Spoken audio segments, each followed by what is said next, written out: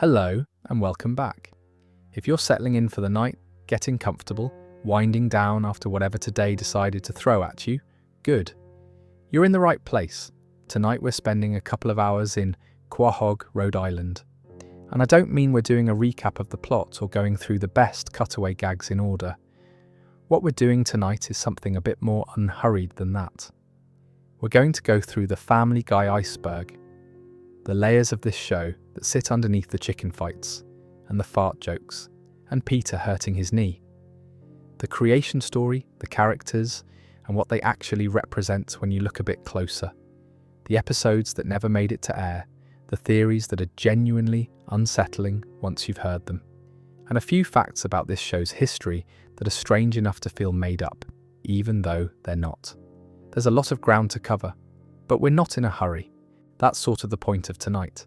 Family Guy has been on the air since January 31st, 1999. That's over 25 years of the same theme song, the same yellow house at 31 Spooner Street, the same family sitting on the same couch in the same living room, night after night. And there's something genuinely comforting about that. Not because the show is always good, it isn't, and it would be a bit odd to claim otherwise, but because it's consistent. It's always there. Peter is always going to do something spectacularly stupid. Stewie is always going to be smarter than anyone in the room. Brian is always going to have strong opinions about a novel he hasn't finished. And Meg is always going to be at the receiving end of something she didn't deserve. That familiarity is actually a pretty good reason to put this on as sleep content. Your brain doesn't have to work very hard. It already knows where all the furniture is. It knows the rhythm of the jokes. It knows when a cutaway is coming and roughly how long it will run. The predictability that critics sometimes hold against the later seasons is, in the context of falling asleep to something, an active virtue. Consistent, familiar, always there. What's interesting, though, is how much is actually going on underneath that familiar surface. This is a show that has been quietly doing something more complicated than it looks like it's doing for 25 years. Some of it is intentional, creators leaving threads in the background for years before pulling on them. Some of it is accidental, the natural consequence of writing thousands of episodes about the same characters and occasionally stumbling into something real. And some of it is the kind of thing that only becomes visible when you step back far enough to look at the whole shape of it.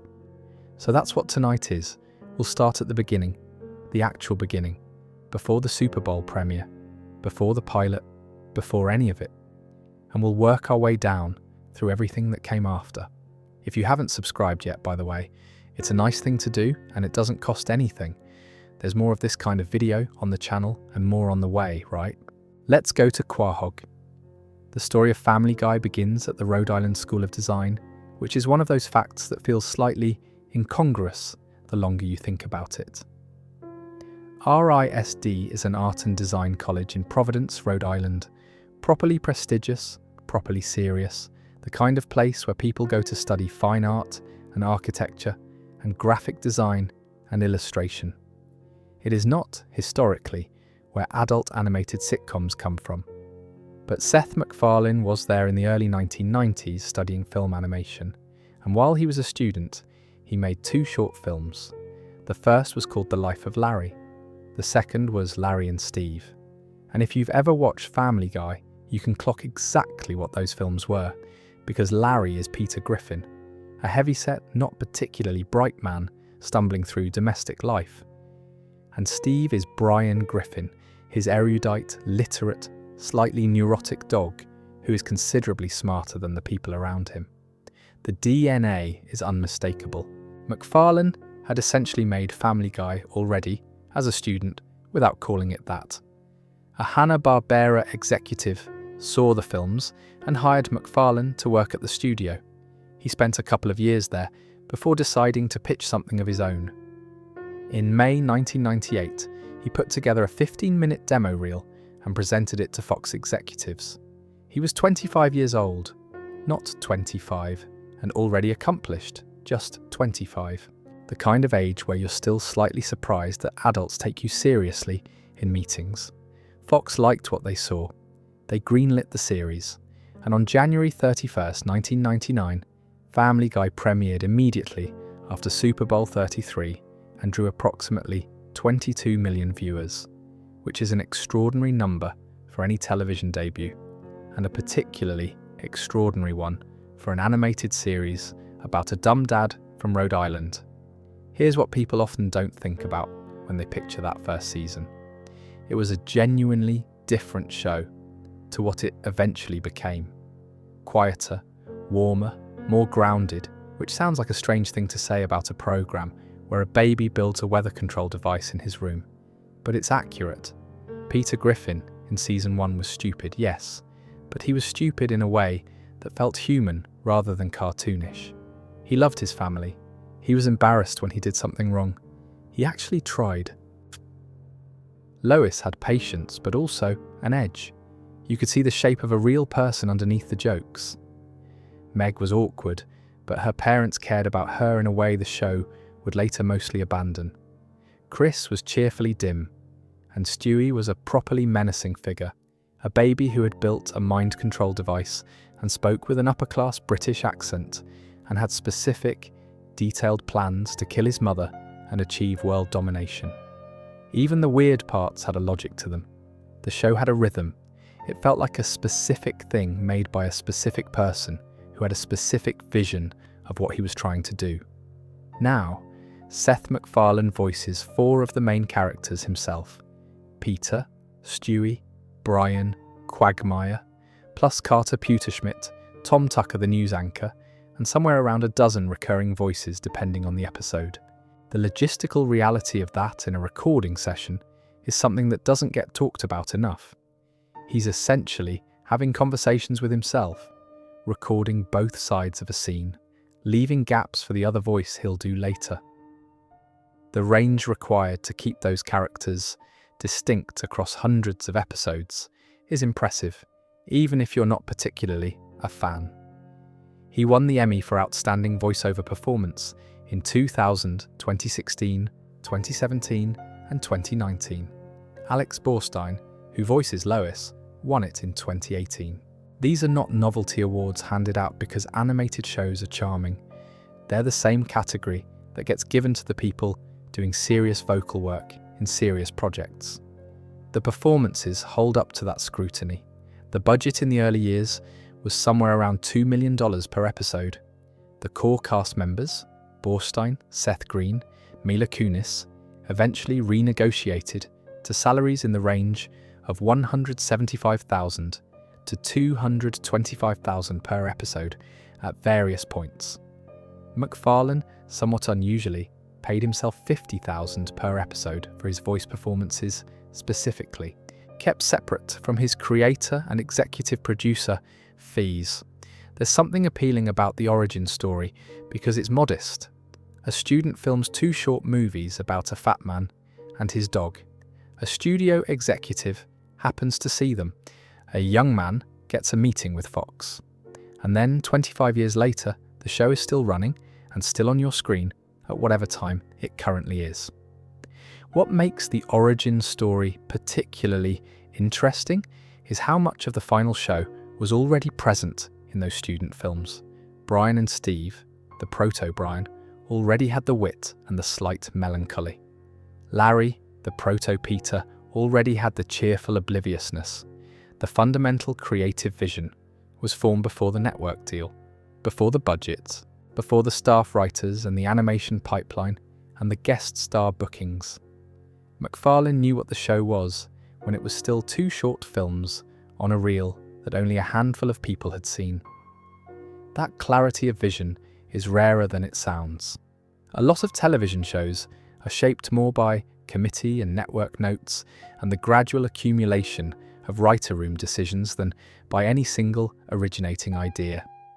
Family Guy, at its best, has always felt like someone's specific idea, sometimes executed brilliantly, sometimes not, but always traceable back to a particular sensibility. The sensibility of a man who grew up on old Hollywood musicals and Mel Brooks comedies and classic animation and Star Wars and Rhode Island, and who decided to put all of that into one show about a dysfunctional family. Here's the thing about Family Guy's history that gets glossed over in most tellings of it. The show was cancelled not once, but twice before the version we know today actually got to exist. The first cancellation came after season 2. Fox pulled the plug, and then, in a move that sounds like something Peter Griffin would do as a business strategy, almost immediately reversed the decision and ordered 13 more episodes, which became part of season 3. So the first cancellation barely counts as a cancellation. It was more of a wobble, a moment where someone at the network blinked and then changed their mind before the ink was dry. The second cancellation was real. In May 2002, Fox unveiled its full lineup and Family Guy was not on it. The show had been on the air, then off the air, then sporadically on the air in various time slots that seemed designed to ensure as few people as possible could actually find it. Fox moved it from Sunday evenings after The Simpsons, sensible pairing, to Thursday nights at 9 p.m, which put it opposite Friends and other established juggernauts. The ratings fell. The network used the falling ratings as justification to cancel the show, that it had itself created the conditions for failing. The final episodes of season 3 didn't even air on Fox at the time. The whole thing was just sort of quietly over. Adult Swim, the late-night programming block on Cartoon Network, began airing reruns of Family Guy on April 20th, 2003. And those reruns did extraordinarily well. Much better, in fact, than the show had done on Fox during its original run. The audience that had been scattered and confused by Fox's scheduling found the show again on Adult Swim and watched it in numbers that made the network pay attention. At the same time, Fox released DVD box sets of the first 2 seasons, and those sets sold substantially and quickly. 400,000 copies within the first month. They became the best-selling television DVD release of 2003. They eventually hit 2.2 million copies total, which made them the second highest-selling television DVD ever at that point, sitting just below the first season of Chappelle's Show. Fox ordered 35 new episodes on May 20th, 2004.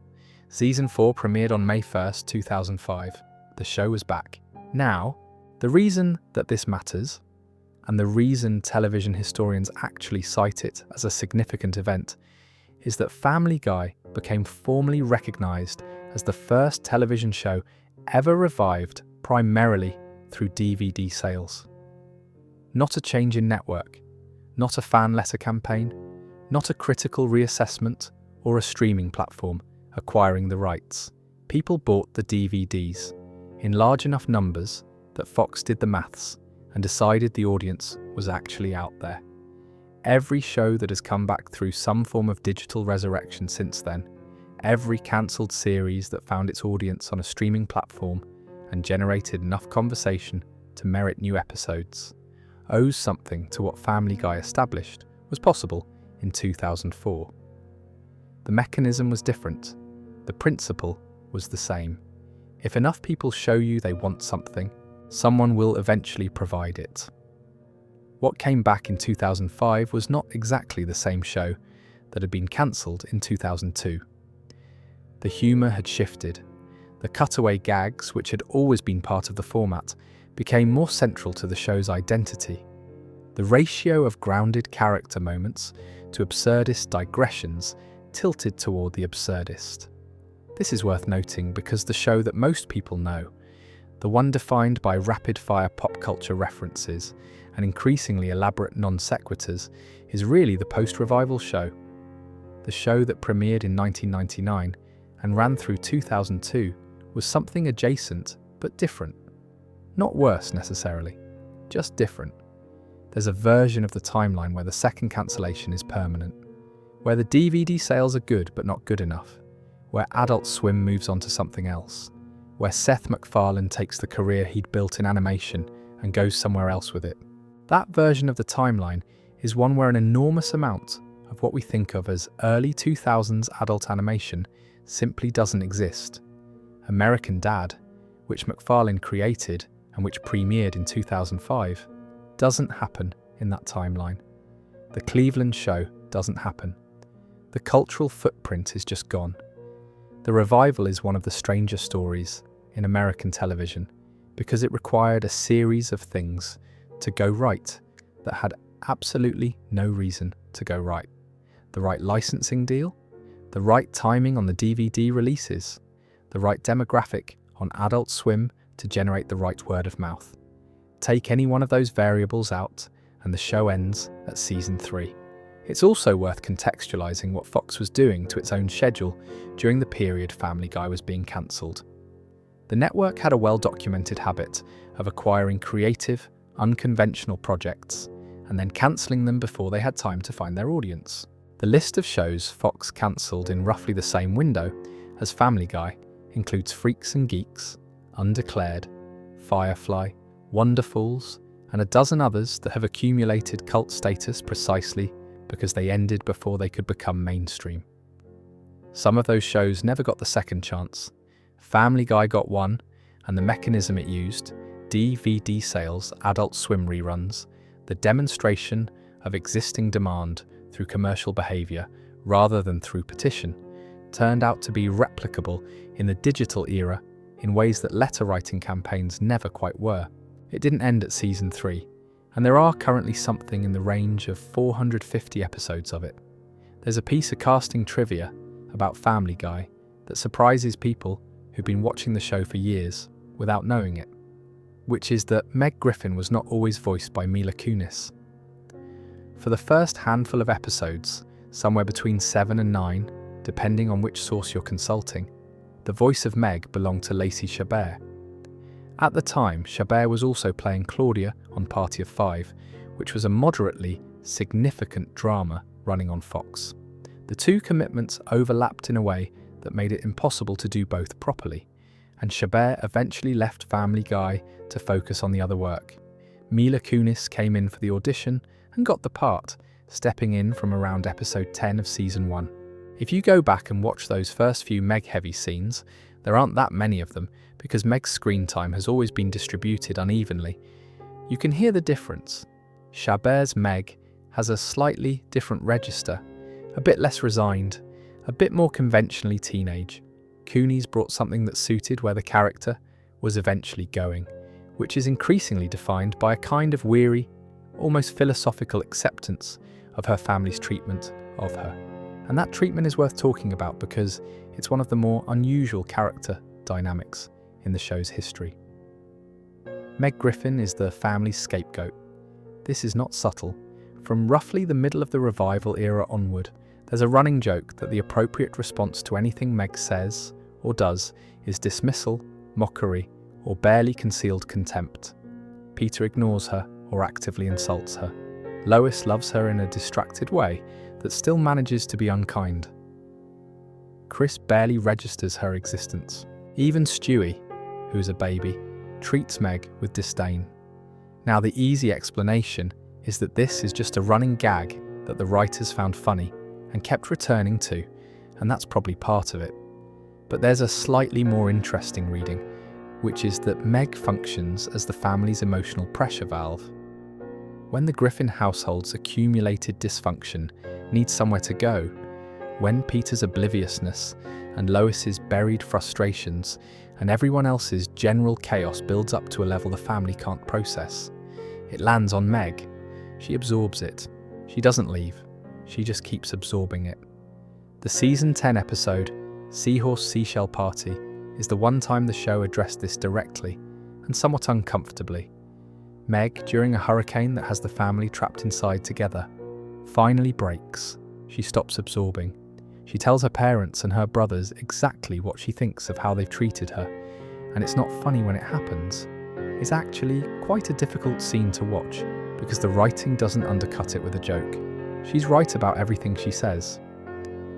And then the episode ends with Meg deciding to go back to being the punching bag. Not because she's broken, but because she's worked out that her family falls apart without her in that role. She's the one holding the whole fragile structure together by being the thing everyone else's dysfunction is aimed at. She chooses to keep doing it. It's framed as a kind of self-sacrifice, and the show almost immediately went back to treating it as business as usual. But for that one episode, Meg was the most aware person in the room, which is a strange thing for a show to do with a character it usually uses as a prop. Mila Kunis has voiced Meg across more than 2 decades and somewhere in the region of 450 episodes at this point. That's a long time to play a character who is primarily defined by being overlooked. There's an interview quality to that commitment, the willingness to inhabit a character who never really gets her moment, in a show where everyone else's moments are enormous and frequent, without the performance becoming resentful or hollow. Lacey Chabert, for what it's worth, has had a perfectly good career since leaving the show. She went on to Mean Girls, various Hallmark films, and a sustained presence in popular culture that has nothing to do with Family Guy. Her time as Meg is a footnote in her story and a small mystery in the shows. Stewie Griffin in Season 1 was a genuine villain, not a cartoon villain in the sense of being comically incompetent or ultimately harmless. A functioning villain in a baby's body with an operational death ray and a specific list of grievances against his mother and a detailed plan for world domination. The jokes around him worked because the show played it nearly straight. Stewie would lay out an intricate scheme while his family had a conversation in the background, and the comedy came from the contrast between the scale of what he was planning and how completely invisible it was to everyone around him. He was also voiced with a mid-Atlantic upper-class English accent that had absolutely no reason to exist in a working-class Rhode Island household, which the show initially treated as just one more thing nobody questioned. Peter Griffin has a genius supervillain baby and doesn't notice. Fine. The character that Stewie is now, the one most people recognise, is a different creature. The homicidal plans became a running gag rather than an actual plot. The death ray appeared less frequently and with diminishing menace. The character deepened in ways that weren't about threatening Lois and became instead about Stewie as a person, about his loneliness, his intelligence, his complicated relationship with Brian, and the question of who he actually is under the performance of who he presents himself as. The 300th episode of Family Guy is Season 16, Episode 12. It's called Send in Stewie, Please, and it is the most unusual episode the show has ever produced. The entire runtime, 22 minutes, takes place in a single room.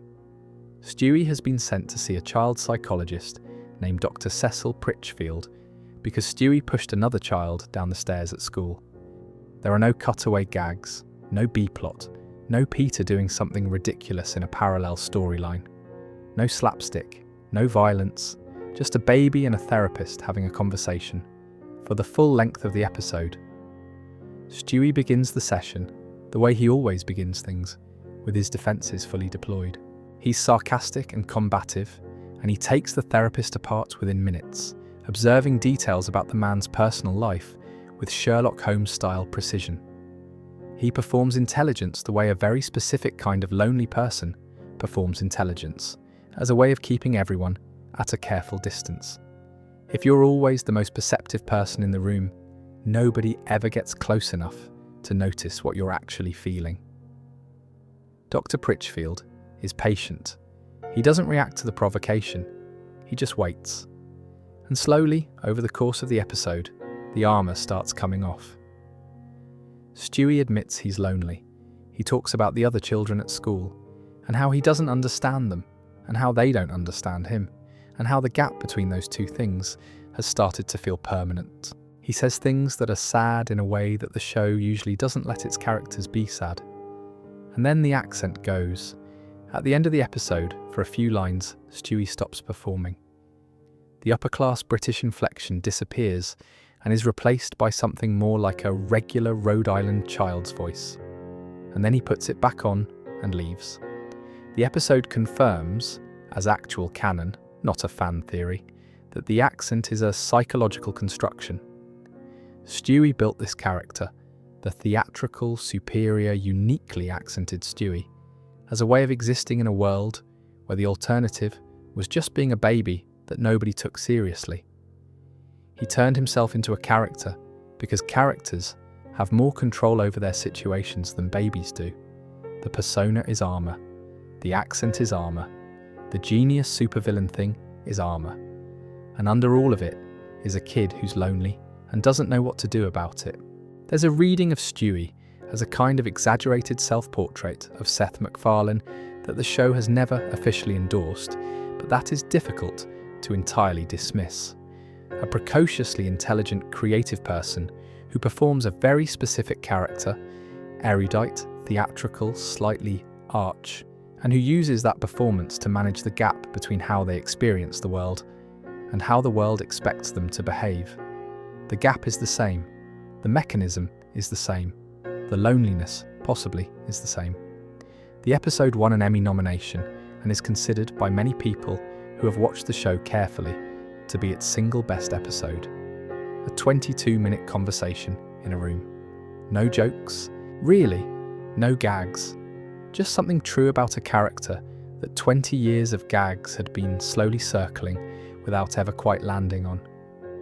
Brian Griffin drives a car, he votes in elections, he goes to therapy, he orders martinis at the bar and drinks them with the practiced ease of someone who's been doing it for years longer than he should have. He writes, or says he writes, a novel. He dates human women and falls in love with human women and has romantic feelings for his owner's wife that the show introduces in the early seasons and then mostly buries, but never quite erases.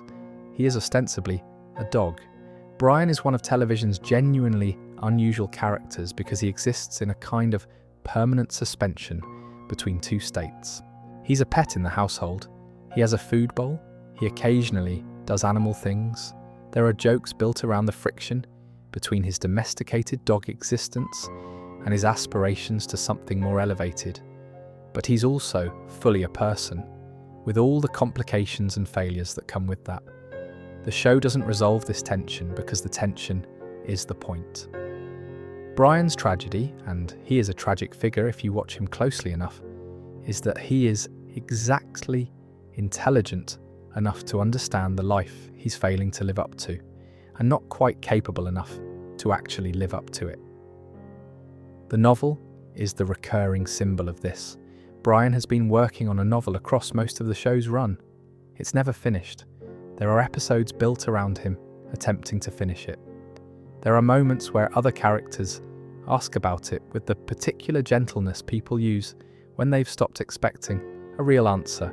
The novel exists as a kind of aspirational anchor, the thing that, once completed, would justify the rest of the performance, the drinking, the therapy, the intellectual self-presentation. All of it would be validated if the book existed, but it doesn't exist, and he keeps not finishing it. The alcoholism is handled with slightly more care than it might appear to be. In the early seasons especially, the jokes around Brian's drinking have an undercurrent that isn't entirely played for laughs. He drinks more than is good for him. He knows he drinks more than is good for him. He drinks anyway. The show occasionally turns toward the thing directly and then veers away, which is a structurally honest choice. That's also how people who are drinking too much tend to behave around the subject in real life. Season 8, episode 17 is called Brian and Stewie. It aired commercial-free on May 2nd, 2010. It is the most formally unusual episode in the show's catalogue, and possibly the best thing the show ever did with Brian as a character. The entire episode takes place inside a bank vault. Brian and Stewie are accidentally locked inside over the weekend. No other characters appear. There are no cutaway gags, no musical numbers, no special effects. It is 22 minutes of two characters talking, and what they say to each other is uncomfortable in ways the show rarely lets itself be. Brian tells Stewie at one point that he keeps a gun in the vault for himself. Stewie asks if he plans to use it. The conversation that follows is one of the few times Family Guy has looked at depression and hopelessness with something approaching actual seriousness rather than using them as a backdrop for a joke. Brian is in pain. The performance, the martinis, the intellectual affect, the carefully maintained persona of the educated, cultured, slightly world-weary dog is covering something that isn't doing particularly well. And then there's Life of Brian, Season 12, Episode 6, November 24th, 2013. Stewie destroys his time machine for practical reasons in the teaser. Then Brian and Stewie find a street hockey net and set it up outside. A car comes around the corner. The car hits Brian. He doesn't survive. The family adopts a new dog named Vinny. The fan reaction was extraordinary. Petitions, outrage, genuine grief expressed by people who were quite clear. In the moment that they were aware they were grieving a cartoon dog and were going to do it anyway. Stewie eventually rebuilds his time machine with components from a toy store and goes back to prevent Brian's death in the Christmas episode. Brian comes home, everything resets. What the Brian death arc revealed, and the show has never fully engaged with this, is that people genuinely love this particular dog with his martini glass and his novel and his carefully constructed pretensions. Not as a joke, as a character. The grief was real, even briefly, and real grief over a fictional character is, in a quiet way, a form of recognition. You can't grieve something you didn't believe in. That's Brian Griffin, a talking dog who is trying very hard to be something he can't quite get to, in a world that mostly lets him get away with pretending he already has. Since we're on the topic of Brian and Stewie, now seems like a good moment to talk about the road to series, which is, I'd argue, the best thing Family Guy has consistently done across its entire run. The premise of a road to episode is simple. Brian and Stewie end up somewhere they didn't intend to be, usually through some combination of Stewie's technology and the universe's general indifference to their plans, and have to find their way home. That's it. No Griffin family subplot, no Peter doing something catastrophic in the background. Just the two of them, somewhere unexpected, working things out together. The first one is Road to Rhode Island in Season 2, where Brian has to collect Stewie from his grandparents in Texas, and they have to travel back across the country together. It's warm and funny, and has a genuinely good Brian musical number. Brian finds out something difficult about his past and processes it in a way that is, for this show, surprisingly gentle. The episode established that these two characters together, without the rest of the cast around them, produce something different to the regular show, something more focused and occasionally more honest. Road to Europe takes them to England and the Middle East, chasing a television programme Stewie is obsessed with. Road to the North Pole is a Christmas episode where they actually go to the North Pole and find Father Christmas in a state of complete exhaustion. It's one of the more quietly melancholy things the show has done with the holiday special format, and it has a song called Christmas Time is Killing Us that is well constructed and was nominated for a Grammy for Best Song written for visual media. And then there's Road to the Multiverse, Season 8, Episode 1. It holds the distinction of being the highest rated Family Guy episode on IMDb, 9.1 out of 10, which is an exceptional score for a half-hour animated episode of a long-running series. In the episode, Stewie has a remote control that allows travel between parallel universes. He and Brian visit versions of the world where dogs evolved as the dominant species and humans are the pets, versions drawn in the style of Disney animation, versions that look like a Flintstones cartoon, versions rendered in crude early CGI. Each universe is a different animation style, and each one is executed with evident care and craft. The episode is funny, certainly, but it's also a showcase of technical ability that the show doesn't always bother to display. Matching the look and feel of Disney feature animation is difficult. Doing it as a brief sequence in an adult animated sitcom and making it feel like an affectionate tribute rather than a cheap imitation requires a level of attention that suggests someone in the production wanted to do it properly. What the road to episodes collectively reveal, if you watch enough of them, is something about why Brian and Stewie work together in a way that neither of them works quite as well in the main show. Brian is better when he has someone who genuinely sees him, not the performance of himself, but the thing underneath it.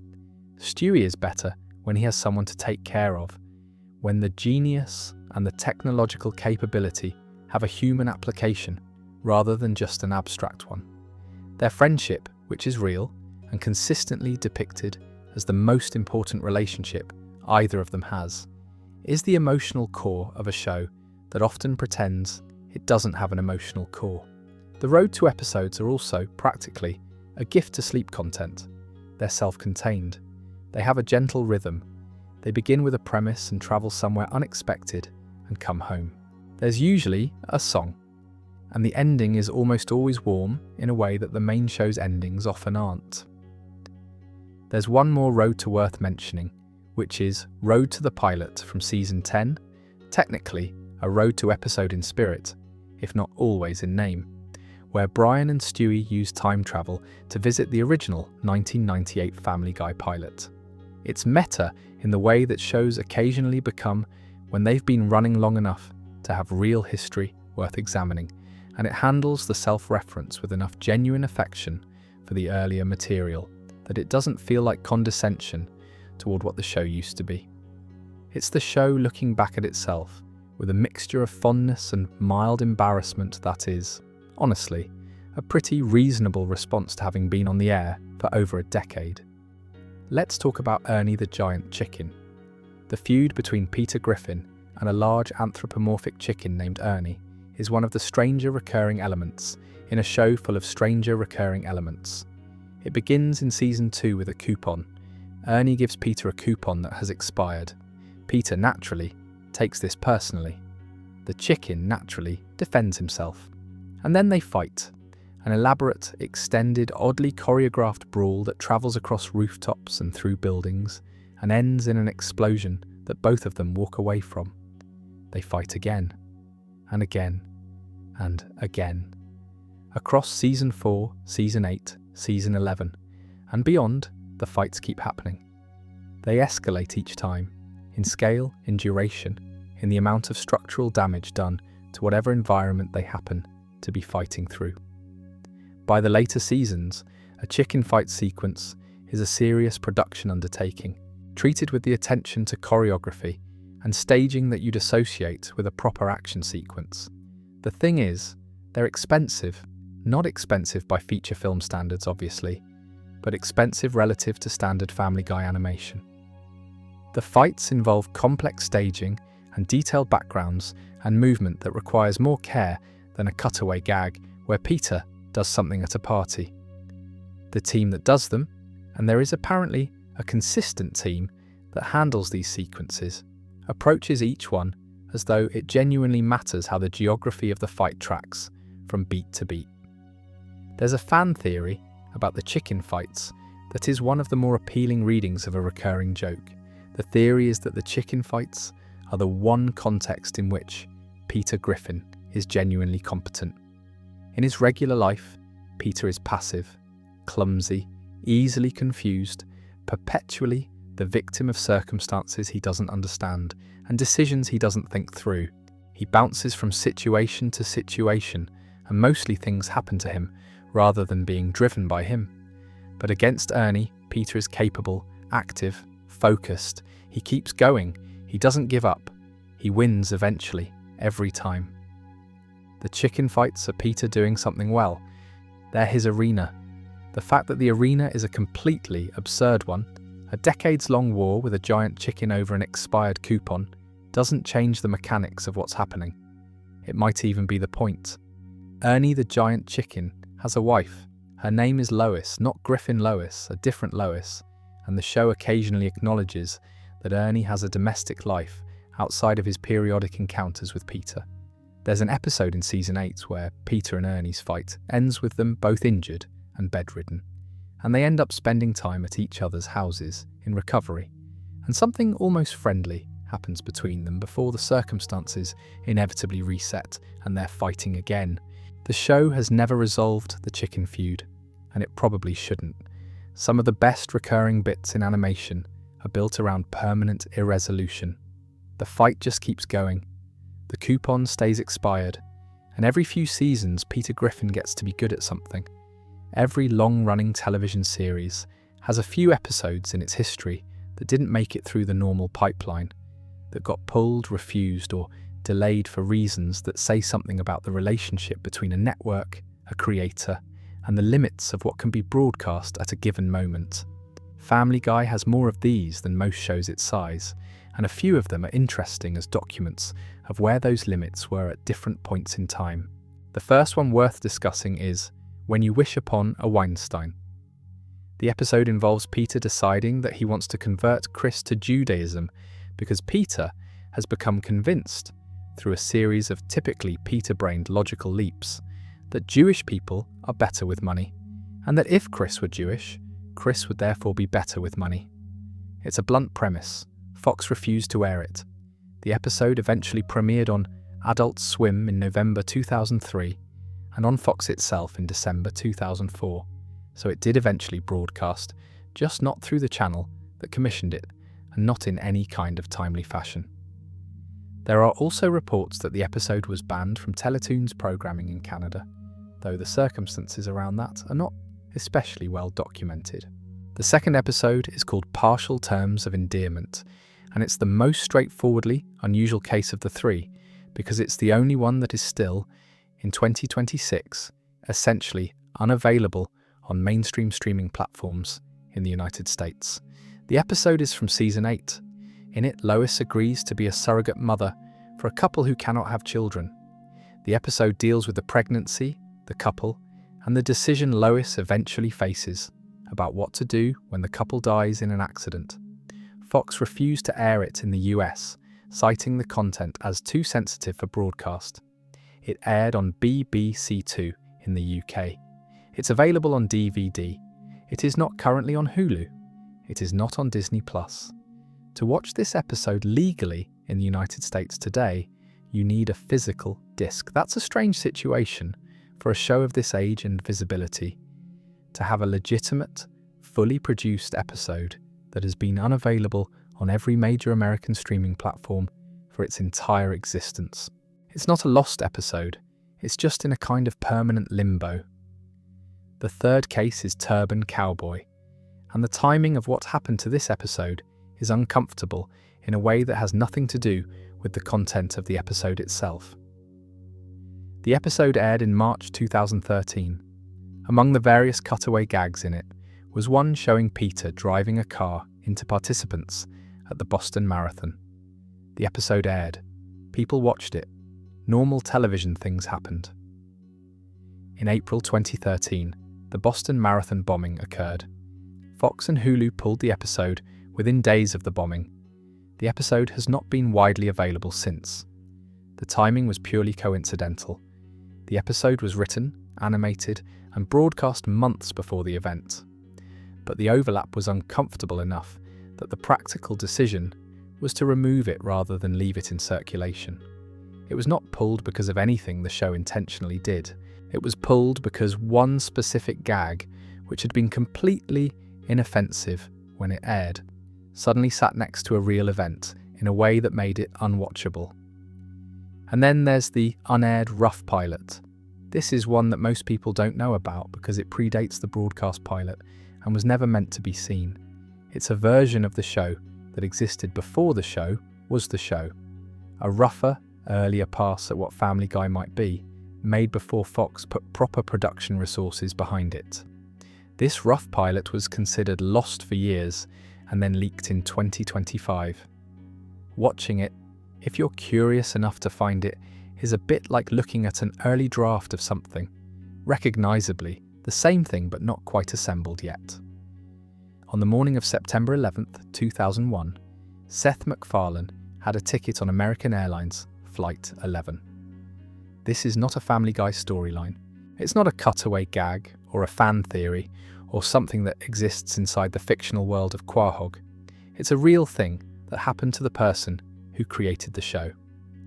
MacFarlane had been booked on the 7:45 a.m. departure from Boston Logan International Airport to Los Angeles. He had a hangover. His travel agent had also given him the wrong departure time, an hour later than the actual flight. He arrived at the gate after boarding had closed. The flight left without him. American Airlines Flight 11 was the first aircraft to hit the World Trade Center's North Tower at 8:46 a.m. Everyone on board was killed. He was approximately 10 minutes late. He got the time wrong. The gate was closed, At the time this happened, Family Guy had already been cancelled.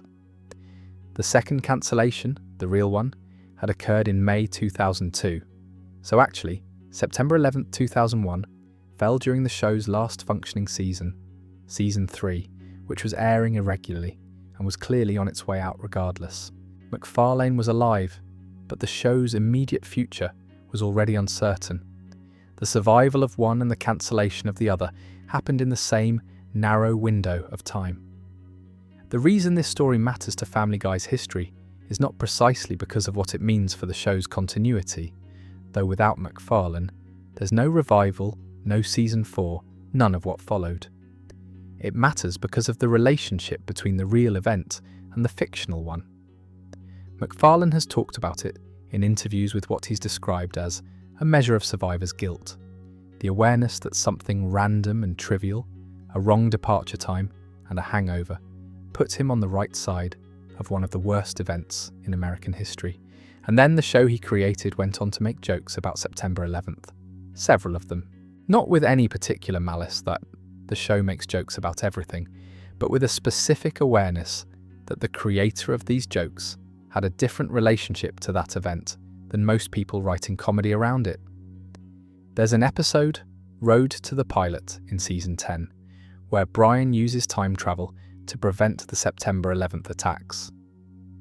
The episode is played mostly for meta-commentary about the show's own history, but the choice to make the attacks the event that gets prevented is not incidental.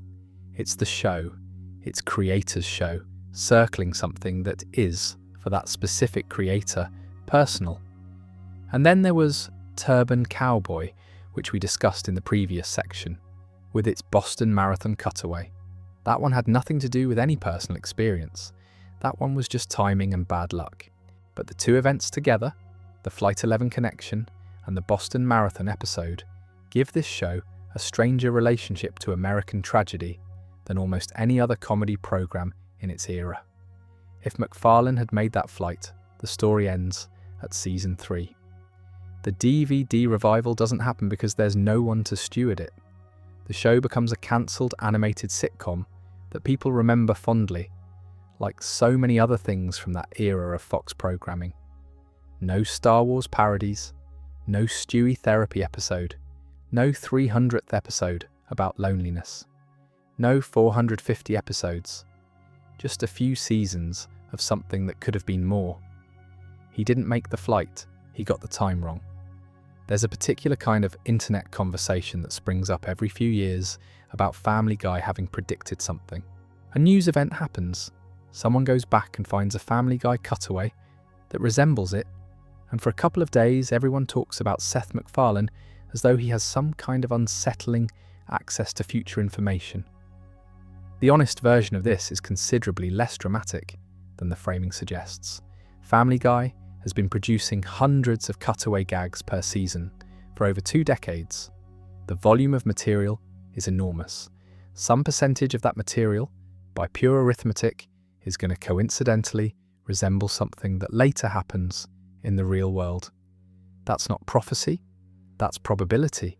But it is, I'll admit, occasionally a bit eerie even when you understand the maths behind it. The most frequently cited case involves Caitlyn Jenner.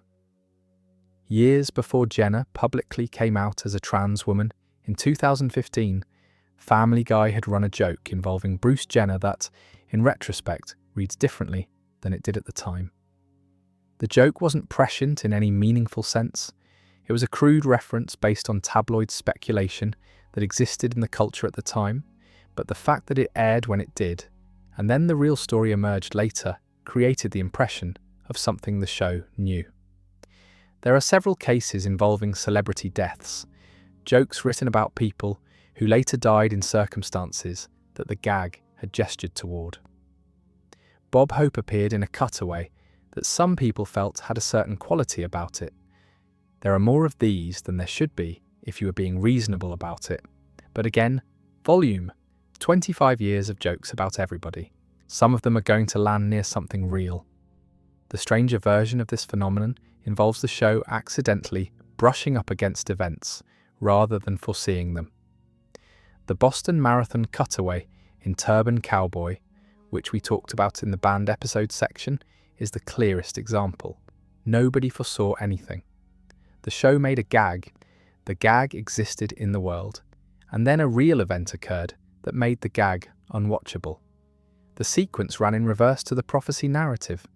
First the joke, then the tragedy, with no causal connection between them. There's also an interesting case around the Family Guy pilot, which aired in January 1999, Death Has a Shadow. In the episode, Peter gets fired from his job and hides it from Lois, and the plot involves welfare fraud. The episode is about exactly what you'd expect a Seth MacFarlane pilot to be about. But the show began building in references to fate and near misses and alternate timelines fairly early in its run. These weren't isolated gags, but recurring structural elements. The road to episodes play extensively with parallel universes. The show has multiple episodes built around time travel. Stewie's time machine is a constant presence. There's a reading of Family Guy, not a theory exactly, more of an observation, that says the show is unusually preoccupied with contingency, with the idea that small differences in timing or circumstance produce completely different outcomes, which, given what we know about the Flight 11 story, is not entirely surprising. A person who missed a flight by 10 minutes and then watched the subsequent history of that day unfold might reasonably become someone who thinks about the arbitrariness of fate more than average. Whether any of that is conscious, whether MacFarlane has ever said anything like it directly, is another matter.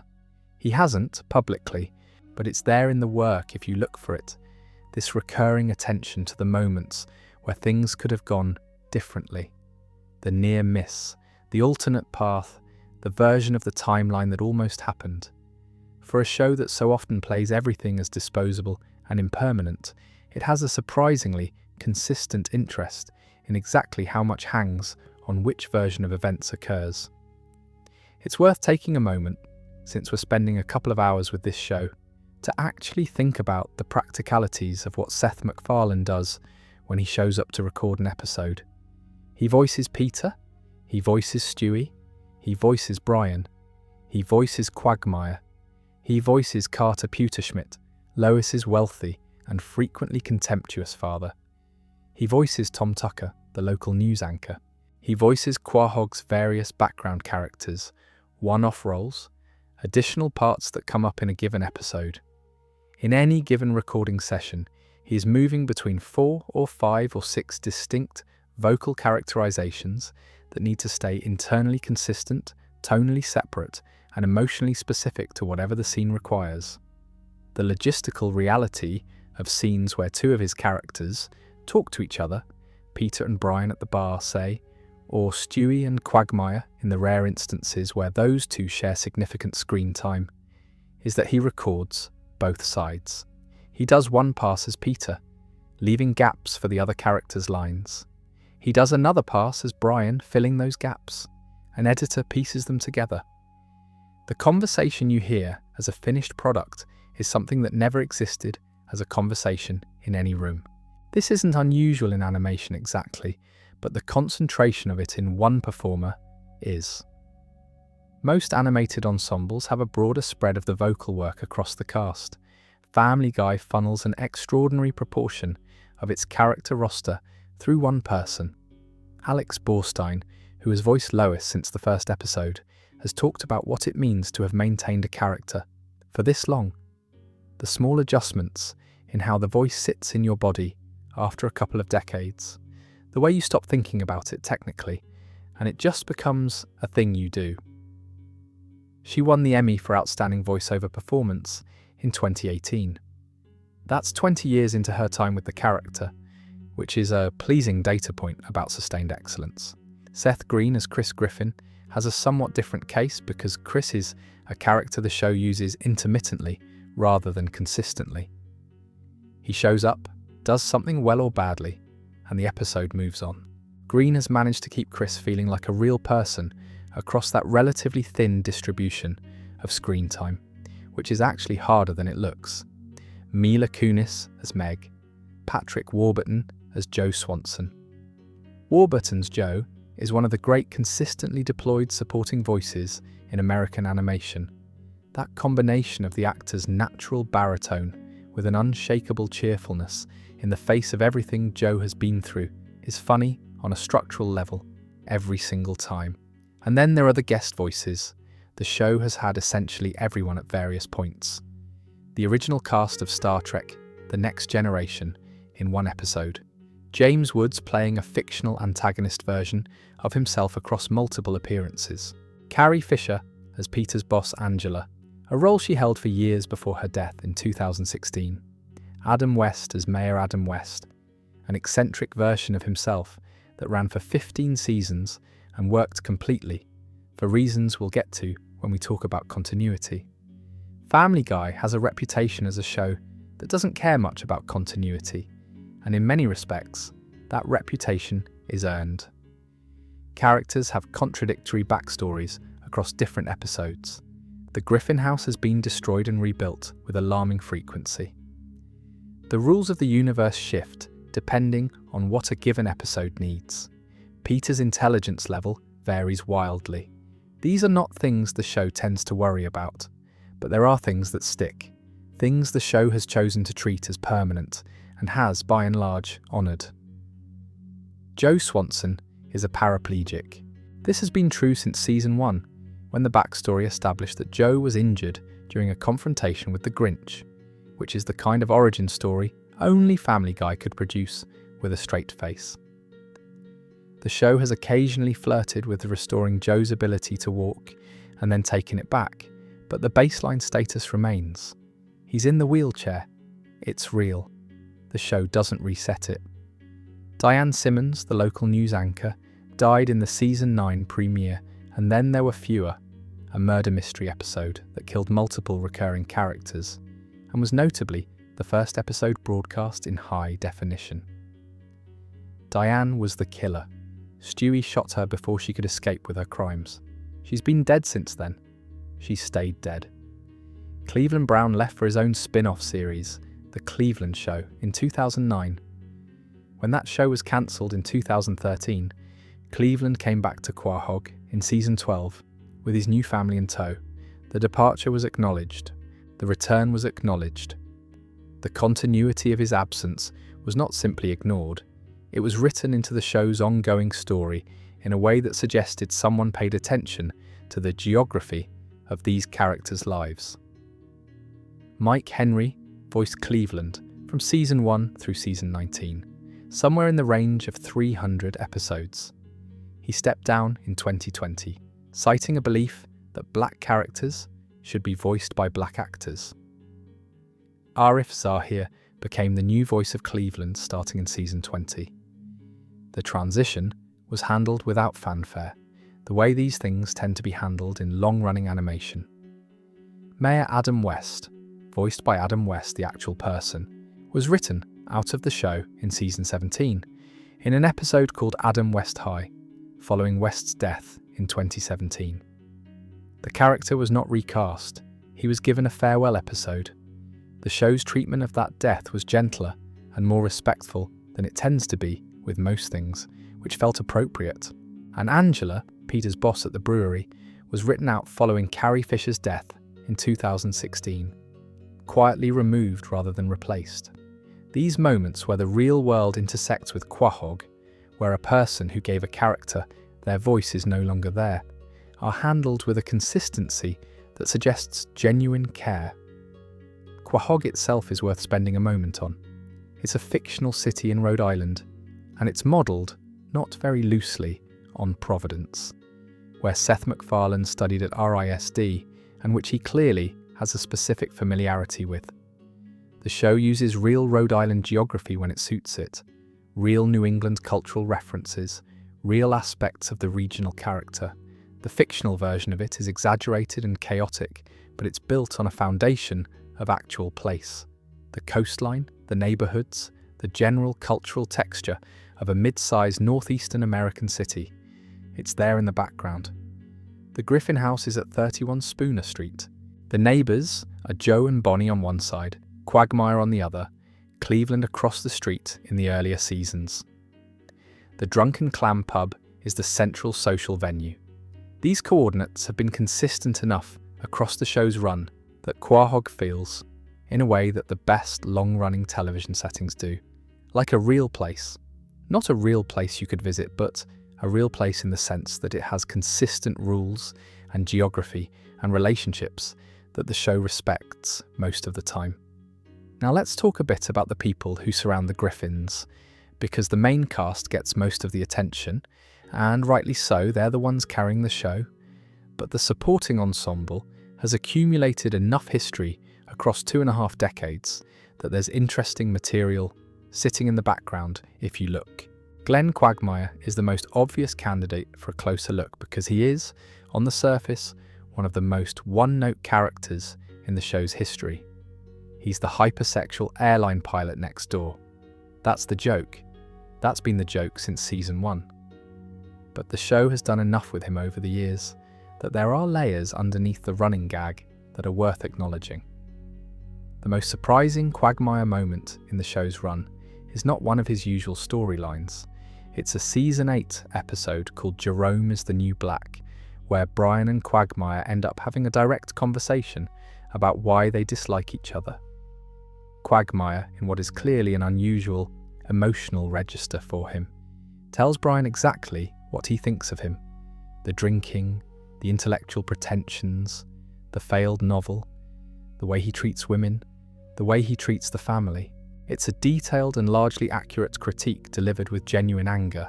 Brian, who is used to being the most self-aware person in the room, has no answer for it.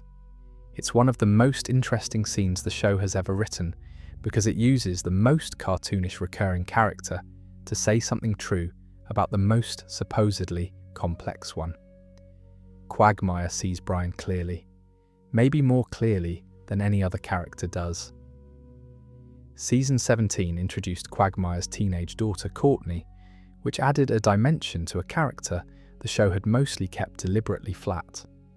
A person who has conducted himself the way Quagmire conducts himself, suddenly faced with a child who needs him to be different from how he is. But that's a story the show could have handled badly, and instead handled with reasonable care. Joe Swanson's injury backstory was established in season 1 as the result of a confrontation with the Grinch, which is one of the better gags in the show's history, because it's delivered with absolute sincerity. Patrick Warburton's performance as Joe is one of those quietly excellent things that a long-running ensemble show produces. A character who could easily be a single-note prop, but who has been played consistently enough that his cheerfulness in terrible circumstances reads as something genuinely earned rather than incidental. The episodes where Joe's legs are restored are interesting because the show uses them to explore what happens to a person whose identity has been built around an injury. Joe without the wheelchair is a different person in ways that aren't entirely comfortable. He's more aggressive, less grounded, less himself in ways he can't immediately account for. The show doesn't dwell on this, but it notices it. Herbert is the elderly man in the neighbourhood who the show uses as a recurring dark joke. I won't say much more about him than that, because the joke isn't really amenable to analysis. It's something you either find funny in the context of animation's broader tradition of dark recurring characters, or you don't, and neither response is wrong. What is notable is that the show has given him occasional, genuine moments, quiet glimpses of a loneliness that the gag usually papers over, that suggest the writers have thought about him as something more than a vehicle for a recurring bit. Bonnie Swanson was pregnant for approximately 9 seasons before the baby arrived. This is the kind of continuity error that would be embarrassing in a drama, but is somehow charming in animation, where time operates differently, and nobody really expects strict chronological coherence. When the baby did arrive, it was handled as a normal event rather than a punchline, which felt right. This is the section where we go a bit deeper. Not frightening necessarily. These are fan theories about a cartoon, and the material doesn't warrant alarm, but some of them are unsettling in a quiet, sustained way that I think is worth sitting with. The most widely discussed and elaborate theory about Family Guy is sometimes called the psychiatric ward theory. The premise of it is that the entire show is a delusion, not a vague, hand-wavy, what if none of it is real theory, but a specific, argued, internally coherent reading of the show as the fantasy of a man in a psychiatric facility. In the real world, according to this theory, Peter Griffin's life looks nothing like the show. His children are different. Meg is beautiful, the most popular girl at her school, confident and socially capable, everything the show's Meg is not. Chris has a developmental disability, the result of oxygen deprivation, at birth, and one night, Meg takes Chris to a party. She's been drinking.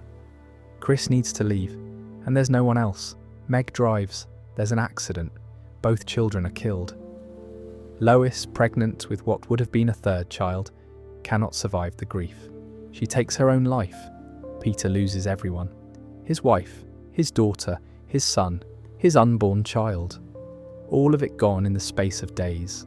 His mind, unable to process a loss this complete, builds a world where they are still there. A world where nobody can die permanently. Where the worst things that happen get undone by the next episode. Where reality is flexible enough that no tragedy is ever truly final. That world is Family Guy. The theory's most elegant element is its explanation of the cutaway gags.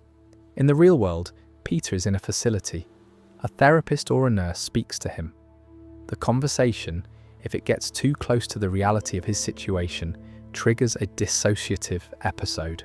His mind fires a cutaway, a random distracting image or memory that pulls him away from the danger. The conversation moves on. The threat passes. This is, the theory notes, exactly how dissociation functions in real trauma patients, the mind escaping a triggering stimulus through intrusive, unrelated thoughts. Family Guy's cutaway gags aren't a comedy device in this reading. They're a clinical symptom.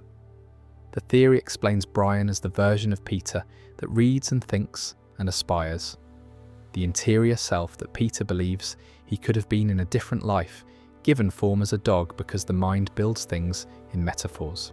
It explains Stewie as something the mind produces to take the place of the child who was never born, an imagined baby made magnificent and brilliant and theatrical because a grieving father's imagination would naturally make his lost child extraordinary. It explains why Meg is the way she is in the show. In the real world, Meg was beautiful and capable and loved by her father. In the fantasy, she's a scapegoat, an ugly inversion of the real girl, because Peter's mind cannot quite face what he lost and so distorts it until it's bearable to look at. She's there, but she's not Meg. She's not allowed to be Meg. Not really. This is not canon. The show has not confirmed it, but it's one of those readings that once you've heard it, is hard to remove from your perception of the show. The cutaway gags land differently. Meg's treatment lands differently. The way nobody ever ages and nothing ever permanently changes lands differently. The Stewie only talks in his mind theory is a smaller version of the same general question. Whether Stewie's speech is audible to the other characters or only to the audience is something the show has never definitively resolved. There are episodes where characters seem to respond to things he says. There are episodes where his elaborate speeches happen in a room full of people who treat him as a non-verbal infant. The inconsistency is either a writing error, which it sometimes probably is, or it's the show deliberately leaving open the question of what Stewie actually is. If Stewie is not audible to the family, then the genius and the plans and the time machine and all of it exists inside a baby's interior experience. The world does not know what Stewie knows, which makes him lonelier, not less impressive, but lonelier, a consciousness operating in total isolation from everyone around it. That's not a comfortable thing to think about before sleep. So let's let it sit there and move on. Since we're on the topic of the show's relationship to other things it clearly loves, let's talk about the Star Wars parody trilogy. Blue Harvest aired as the Season 6 premiere in 2007. It was a full hour long, double the normal runtime, and it retold A New Hope with the Griffin family in the roles. Peter as Han Solo, Stewie as Darth Vader, Brian as Chewbacca, Chris as Luke Skywalker, Meg as the robot, and other background figures, which was its own joke. The show got the rights, produced the episode with obvious care and obvious affection, and won a Saturn Award for Best Television Presentation in 2008. The framing device for all 3 episodes is the Griffin family in their living room during a power outage, telling the stories. It's a sensible frame because it gives the show permission to be both the parody and itself simultaneously. The family reacting to the events they're narrating is its own layer of comedy on top of the straightforward Star Wars recreation. Something, something, something Dark Side followed in Season 8 and retold The Empire Strikes Back. It's a trap completed the trilogy with Return of the Jedi. All 3 were released together as a home video collection called Laugh It Up, Fuzzball, The Family Guy Trilogy. The craftsmanship in these episodes is worth taking seriously for a moment, matching the visual grammar of the Star Wars films, the composition, the lighting, the staging of action sequences.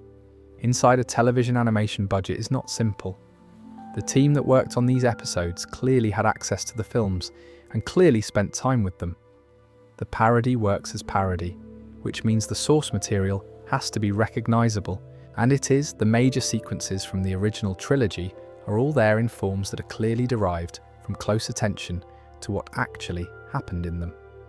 Seth MacFarlane is a genuine Star Wars fan. This is not a corporate media conglomerate making synergistic content. It was made while Lucasfilm was still an independent company. It was a creator who grew up on these films, deciding to do the thing that every person who grew up on these films has, at some level, wanted to do: put yourself and your friends inside the story. There's something endearing about the scale of ambition here. A show about a dysfunctional Rhode Island family deciding to remake 3 of the most significant films in American cinema history as animated parody episodes, and largely succeeding. The episodes hold up, the jokes work, and the affection for the source material is palpable in a way that distinguishes them from the kind of parody that's really just mockery wearing the clothes of love. Blue Harvest is also significant as the moment when the show demonstrated it could sustain a single, coherent story for an hour. The normal Family Guy format, cutaway heavy, digressive, episodic, had to be modified for something that needed to track a plot from beginning to end. The show did it, and the result was, by most measures, extremely successful. Here's a fun detail about this show that I find people are often surprised by. Seth MacFarlane is a genuinely accomplished singer. Not pretty good for a television writer singer. Not better than you'd expect from the guy who does the Peter Griffin voice singer. An actually trained, technically proficient singer with a warm baritone, strong instincts for phrasing, and a specific deep affection for the big band and traditional pop vocal tradition, the Sinatra, Rat Pack, Capitol Records era of American popular music. He released an album called Music is Better Than Words in 2011. It was nominated for a Grammy Award for Best Traditional Pop Vocal Album. He's released several more since, all in the same vein: orchestrated jazz standards and American songbook material delivered with evident pleasure and genuine vocal care. These are not novelty releases. They are real albums in a real tradition, and they hold up to listening. The show has known this and used it from early on. You've Got a Lot to See, a song from Season 2, won the Emmy for Outstanding Music and Lyrics in 2002. It's a number where Brian takes Stewie to a cinema for the first time, and they watch an old Hollywood film together. And the song that plays over the sequence is a proper orchestrated number with genuine compositional thought behind it. Road to the North Pole, the Christmas episode from Season 9, has a full-length musical sequence called Christmas Time is Killing Us that was nominated for a Grammy for Best Song written for visual media. The song takes the cheerful iconography of Christmas and gradually reveals the exhaustion underneath it. And it does it with the kind of lyrical and melodic craft that you don't necessarily expect from a program that also features a a chicken fighting Peter Griffin. Musical episodes and sequences have been a consistent element across the show's run, and they vary in quality, as everything in a long-running series does. But the best of them are impressive. The show does not approach music as a vehicle for a gag and then move on. When it commits to a musical number, it commits to it as a musical number, with the same seriousness the Star Wars parodies brought to their source material. This is one of the things about Family Guy that gets underestimated because of the show's reputation for crude, rapid-fire humour. The crude, rapid-fire humour is real, but sitting alongside it is a show that can do an hour-long Star Wars tribute, a therapy session bottle episode, and a Grammy-nominated Christmas song, and treats all of those things with the same underlying level of care. The range of it is unusual. Most shows find their register and stay there. Family Guy has always had this quality of being several different kinds of show in rotation, some of them excellent, some of them not, but all of them representing a real attempt at something.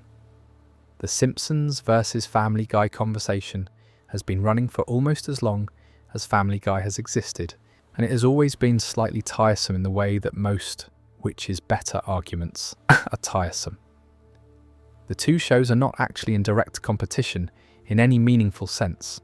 They're animated sitcoms that air on the same network, on the same night, yes, but they're doing different things with the format, and they're appealing to overlapping but not identical audiences.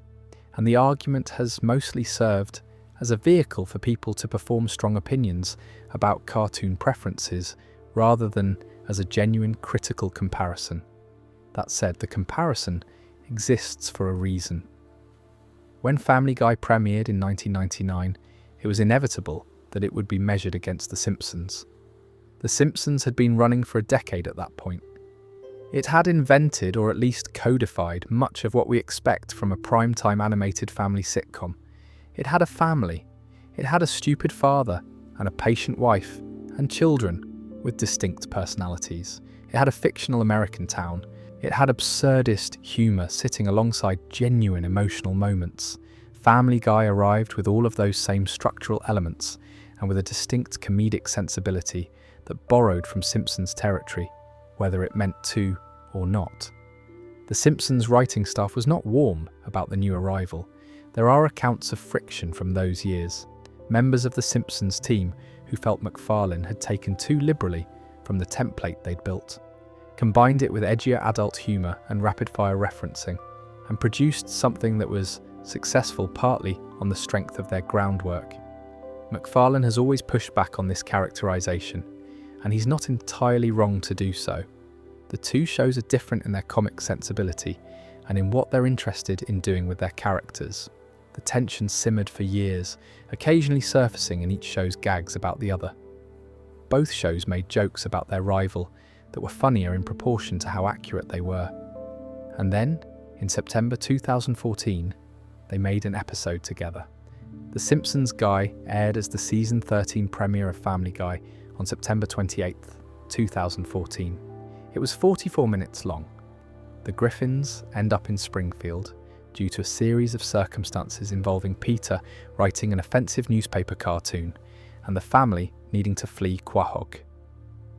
They're taken in by the Simpsons. Brian and Santa's little helper have a moment. Stewie and Bart bond over catapults and fireworks and the general pleasures of chaotic boyhood. Peter and Homer drink at Moe's. And then Peter and Homer fight. The fight is the centerpiece of the episode, and it is structurally exactly what it needs to be. An extended, increasingly absurd brawl that functions simultaneously as a gag about each character's fighting style and as a meta-commentary on the two shows' relationship. It escalates beyond any reasonable scale. Buildings are involved. The geography of Springfield suffers significant damage. The show lets the fight run long past the point where a straight version of the joke would have ended, because running it past that point is itself the joke. The chicken versus Itchy and Scratchy fight that happens in parallel. Ernie the giant chicken from Family Guy confronting the Itchy and Scratchy show's cartoon cat and mouse is in some ways more interesting than the Homer-Peter confrontation because it's weirder. It's the show using its own most absurdist recurring element and putting it in conversation with The Simpsons' most metatextual one. It works. What The Simpsons guy ultimately said about the relationship between the two shows is that they can coexist with affection. The episode is not a takedown. It's not The Simpsons condescending to Family Guy, or Family Guy being resentful of The Simpsons. It's two television institutions acknowledging each other with a kind of mutual respect that the discourse around them had not always reflected. The Griffins return to Quahog. The Simpsons remain in Springfield. Both worlds continue. The Simpsons has now been on the air for 35 seasons. Family Guy is in season 24, with renewals through season 28. There is a real possibility that both shows will still be running in some form in the 2030s. At some point, the conversation about which one is better becomes genuinely beside the point. They're both just there, parts of the landscape, long past the stage of needing to justify their existence. There's actually something slightly extraordinary about that when you sit with it. Two animated sitcoms about dysfunctional American families, both created by the same network, both still producing new episodes more than a generation after they began. Television comedy as a format has changed dramatically around them. The way audiences find and consume television has changed completely. The culture they're commenting on has changed beyond recognition, and they're still there, in more or less the same form they've always been, on Sunday nights on Fox. Not better than what came after them necessarily, not the most formally ambitious things in their genre, but consistent and sustained, and still watched by an enormous number of people in ways the original broadcast ratings no longer come close to capturing. There is an organisation called the Parents Television Council that has had a complicated relationship with Family Guy since more or less the first episode. The PTC is a conservative media watchdog group that monitors American broadcast television for content it considers harmful to families, and Family Guy has been one of its most consistent targets for over 20 years. The PTC named the show its worst TV show of the week on at least 40 separate occasions. 40. They filed FCC complaints against specific episodes, organised letter-writing campaigns, campaigned for advertisers to withdraw their spots, and produced detailed reports documenting what they considered the show's most objectionable content. They were particularly focused on material involving religion, race, domestic violence, and sexual content involving minors, all areas the show had touched, sometimes with purpose and sometimes just because it touched everything. The FCC complaints mostly didn't go anywhere. American broadcast law allows significant latitude for content transmitted after 9 p.m, and the show aired squarely in that window. Fox's lawyers knew the territory. The complaints were logged, reviewed, and largely set aside, which, if you were Seth MacFarlane watching all of this unfold from the inside, must have been either reassuring or slightly anticlimactic depending on the week. But the PTC's attention did have an effect on the show's relationship with its advertisers. The organised withdrawal campaigns made some sponsors nervous at various points, particularly during the early seasons when the show's survival was already uncertain. Whether the advertiser pressure had any material effect on what the show's writers were willing to do is difficult to measure from the outside, but the writers have always maintained that it didn't, that the show continued doing what it wanted to do regardless of what the PTC said about it. The Carol Burnett lawsuit is a different and more interesting case. In 2007, Burnett sued Fox over a parody in season 5 of a cleaning lady character that she felt resembled her signature charwoman character from the Carol Burnett show, accompanied by a distorted version of her show's theme song. The claim involved copyright infringement and right of publicity violations. A federal judge dismissed the case, ruling that the parody fell under First Amendment protections and fair use doctrine.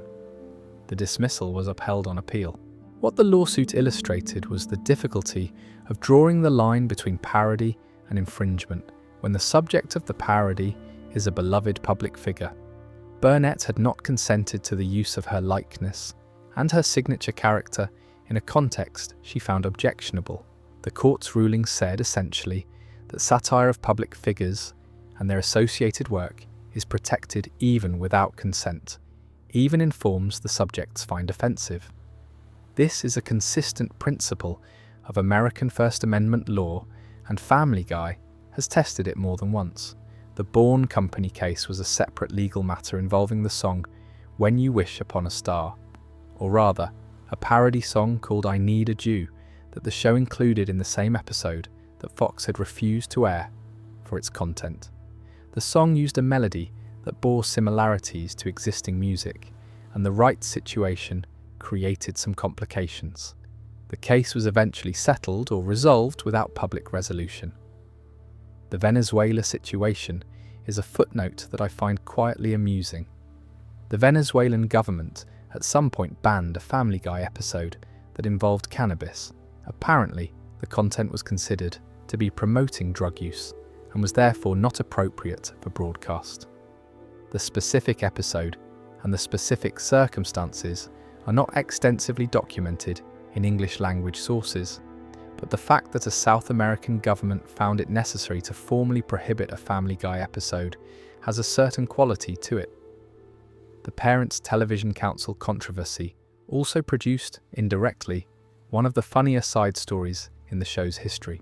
MacFarlane created a promotional advertisement for Emmy consideration, a For Your Consideration ad that was sufficiently outrageous that both Fox and the newspapers he wanted to run it in refused to carry it.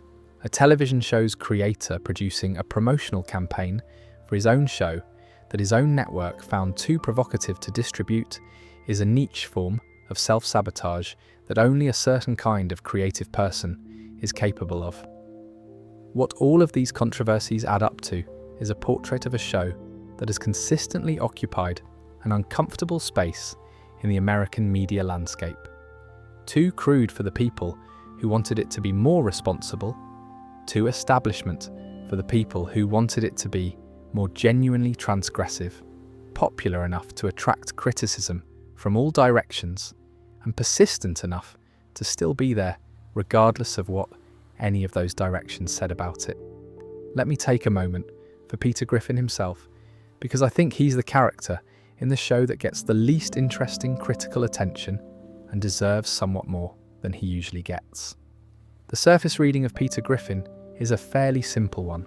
He's the bumbling patriarch, the dumb dad, the overweight blue-collar everyman who makes terrible decisions and causes chaos and then learns nothing from it and does the same thing again next week. He's in a long tradition of that character type in American sitcoms. Homer Simpson is the obvious reference point, but the archetype goes back further than that.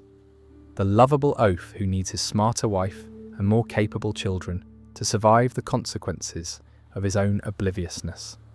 That reading is accurate. Peter is all of those things. But there are a few details about Peter's backstory that add some texture to the character that the show doesn't always foreground.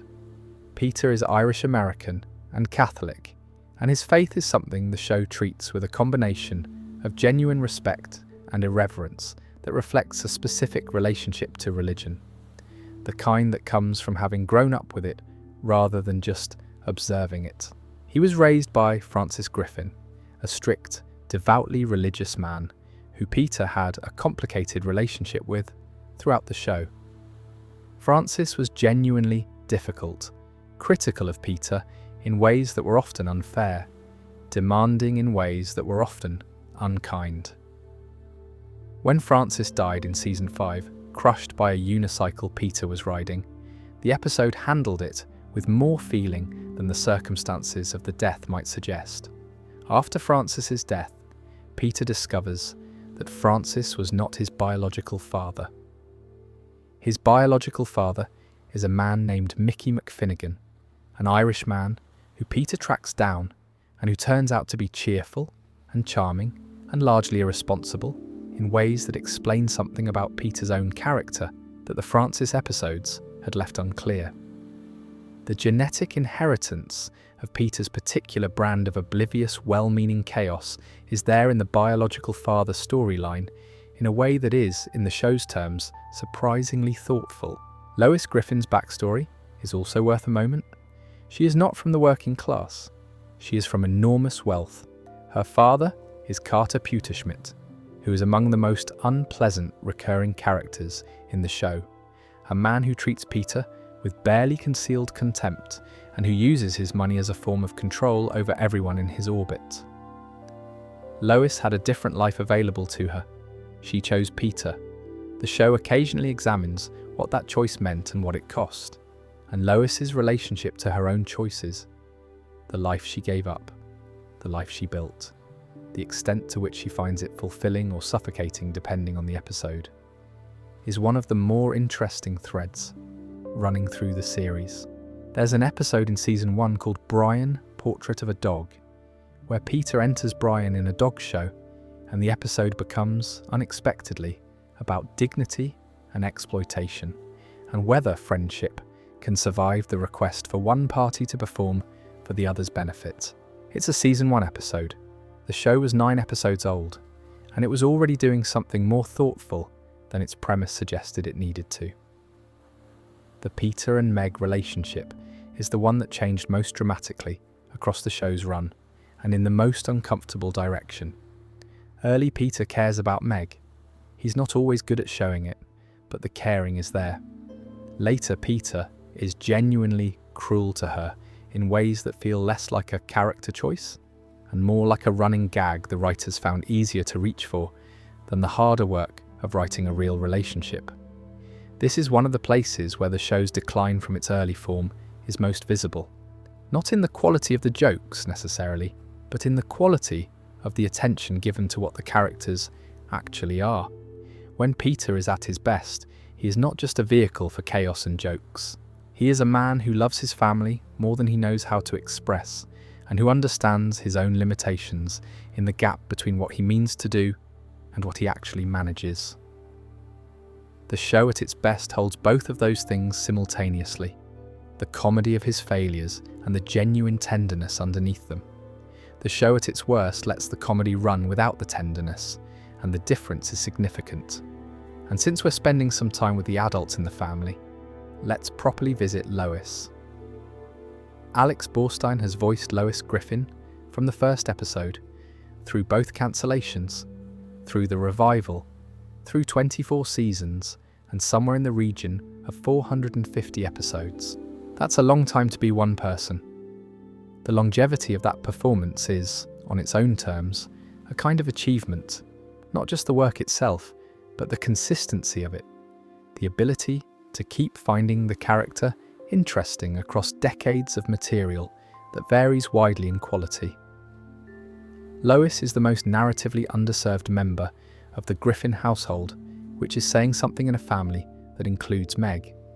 She's often the straight man to Peter's chaos, the patient, slightly exasperated voice of reason who represents normal adult life against Peter's permanent regression. And when a character functions primarily as a foil, there's a tendency for the writers to forget to give her her own story. But the show has made interesting things with Lois in specific episodes, and some of those episodes are worth dwelling on. There's a recurring element in the show involving Lois's past, hints that before she became a wife and mother in Quahog, she had a different kind of life, a wilder one. The Pewterschmidt family wealth she came from would have given her access to a social world very different from the Griffin household. She dated, she had experiences.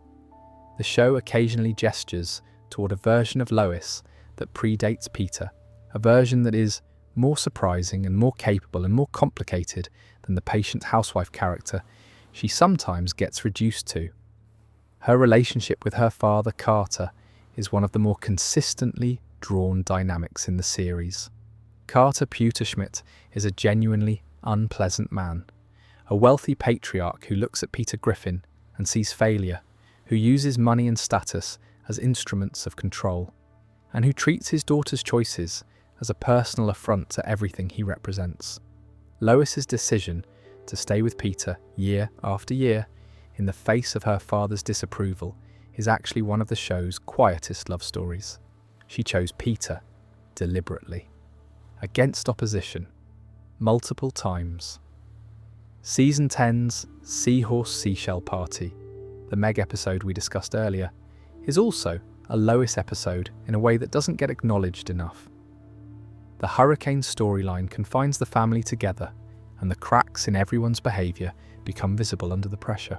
Lois is not kind to Meg in ways that the episode makes uncomfortable. She's not a villain in it, but she's also not the voice of reason.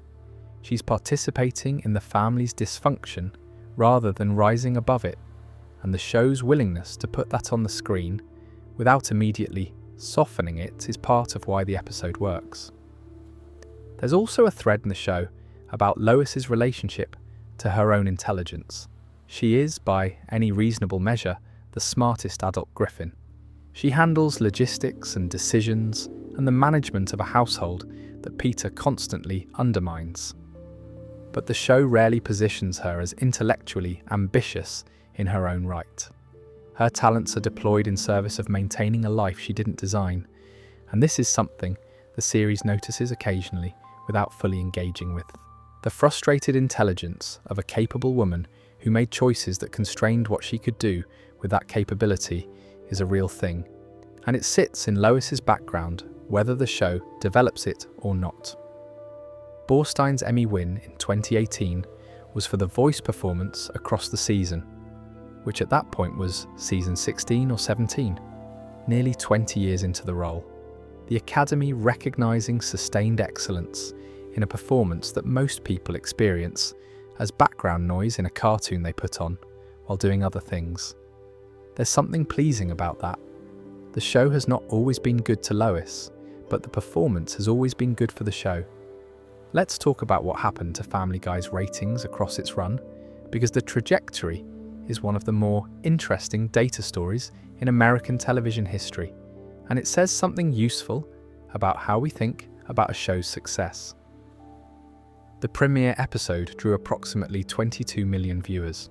The Super Bowl lead-in inflated that number, obviously. Everything that airs right after the Super Bowl gets numbers that bear no relationship to what the show would normally attract. But even discounting the Super Bowl effect, the show's first season averaged around 14 million viewers, which is a genuine hit by any standard. It ranked 33rd in the Nielsen ratings for the season. For a new animated series, that's a very strong start. By season 3, the average had dropped to around 4.5 million, which is part of why Fox cancelled it. The downward trajectory had been steep and consistent. Season 2 averaged somewhere around 6.7 million. The show was losing viewers at a rate that made its continuation difficult to justify on network television economics. The revival season, Season 4 2005, came back to around 7.9 million. Season 5 peaked at 8.69 million, which represents the show's post-revival high point in terms of live broadcast viewership. Then the long decline resumed. By season 15, the average was under 4 million. By season 20, it was under 2 million. Season 22 averaged 1.44 million viewers per episode. On a standard broadcast network television analysis, those numbers tell the story of a show in steep, sustained decline, a program that peaked in its early seasons and has been losing its audience steadily for 15 years. And then there's the streaming data. Family Guy was the 4th most streamed television show across all digital platforms in the first half of 2025. Not the 4th most streamed animated show, the 4th most streamed television show, across everything. It sits in that ranking alongside prestige dramas and reality television and true crime documentaries that were specifically designed to generate streaming engagement. A cartoon about a dysfunctional Rhode Island family that has been on the air since 1999 is, by streaming metrics, more popular right now than the overwhelming majority of what's being produced today.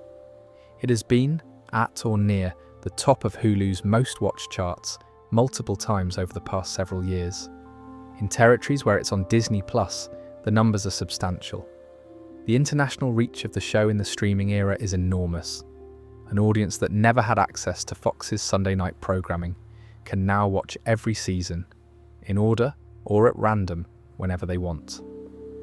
What this means for how we evaluate the show is genuinely interesting. The live broadcast ratings measure a specific kind of appointment viewing that has been declining for all scripted television since approximately 2010. The streaming numbers measure something different: cumulative, on-demand engagement.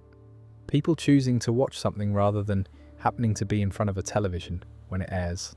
Family Guy is extraordinarily good at that second metric in ways that its broadcast numbers never captured. Part of this is the nature of its format. Family Guy episodes are essentially modular. You can come in at any point. You don't need to have watched the previous episode.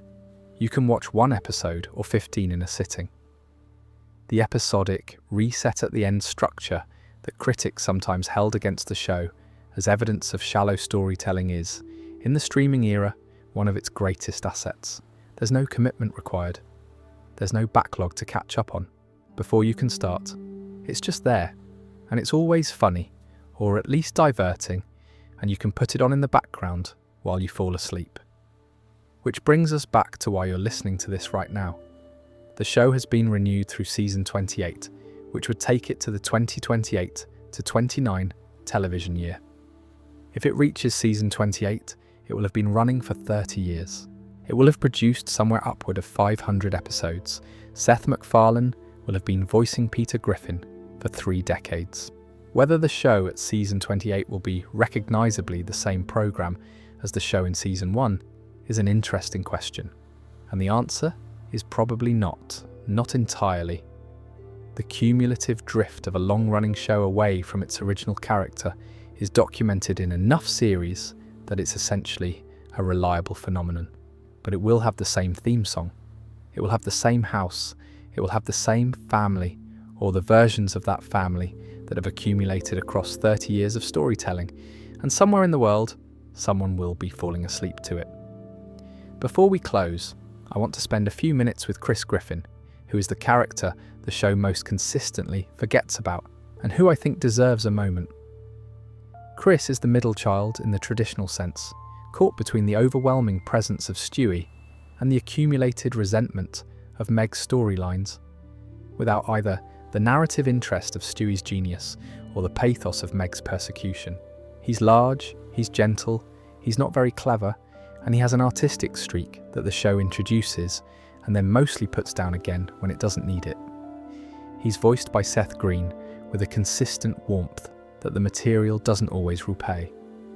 There's an episode in season 2 called "A Picture is Worth a $1,000", where Chris demonstrates that he has genuine artistic talent. He produces a painting that an art dealer in New York takes seriously and wants to exhibit. The episode uses this to send Peter and Chris to New York together, which produces its own chaos. But the underlying premise, that Chris Griffin has real ability, that there's something in him that exceeds the expectations his family and his circumstances have set for him, is interesting, and the show has never fully followed through on it. He has a relationship with a voice in his closet that is implied to be evil. This is introduced in the early seasons and referred to periodically and never developed. It's one of those dangling threads that long-running shows accumulate, a premise that seemed interesting in the room but never found the right episode and eventually became part of the show's background noise. There's also a reading of Chris that the show occasionally gestures toward and then retreats from, which is Chris as the member of the family most like his grandfather, Peter's father, Francis, who is religious and judgmental and difficult. Chris has moments of unexpected moral clarity. He has moments where his simplicity is actually a kind of straightforwardness that the more complicated members of the family lack. He's not sophisticated, but he's not dishonest. And in a household that runs largely on elaborate evasions and self-deceptions, there's something to be said for a character who doesn't know how to be anything other than what he is. Seth Green has voiced Chris across 24 seasons with no particular diminishment in commitment. That's a long time to play a character who is, on many weeks, the least important person in the episode. The consistency of the performance under those conditions is its own form of professional dedication. If you've never thought about Chris Griffin very much, which is statistically likely, you're in good company. The show itself hasn't thought about him very much for most of its run, but he's there, every week, being large and gentle, and not very clever, and occasionally surprising, and there's something quietly appealing about that. There are a handful of episodes across the show's run that treat Chris as the primary focus, and take him seriously as a character rather than as background. The art episode in Season 2. A Season 7 episode where Chris briefly becomes popular at school and handles it in a way that is, characteristically, not very strategic, but not unkind. A Season 17 episode where he ends up working with Quagmire in a context that produces one of Seth Green's more unexpectedly warm performances of the whole run. These episodes exist. They're not the ones people remember when they think about Family Guy, but they suggest that the writers have occasionally thought about who Chris actually is when they've been given room to explore it.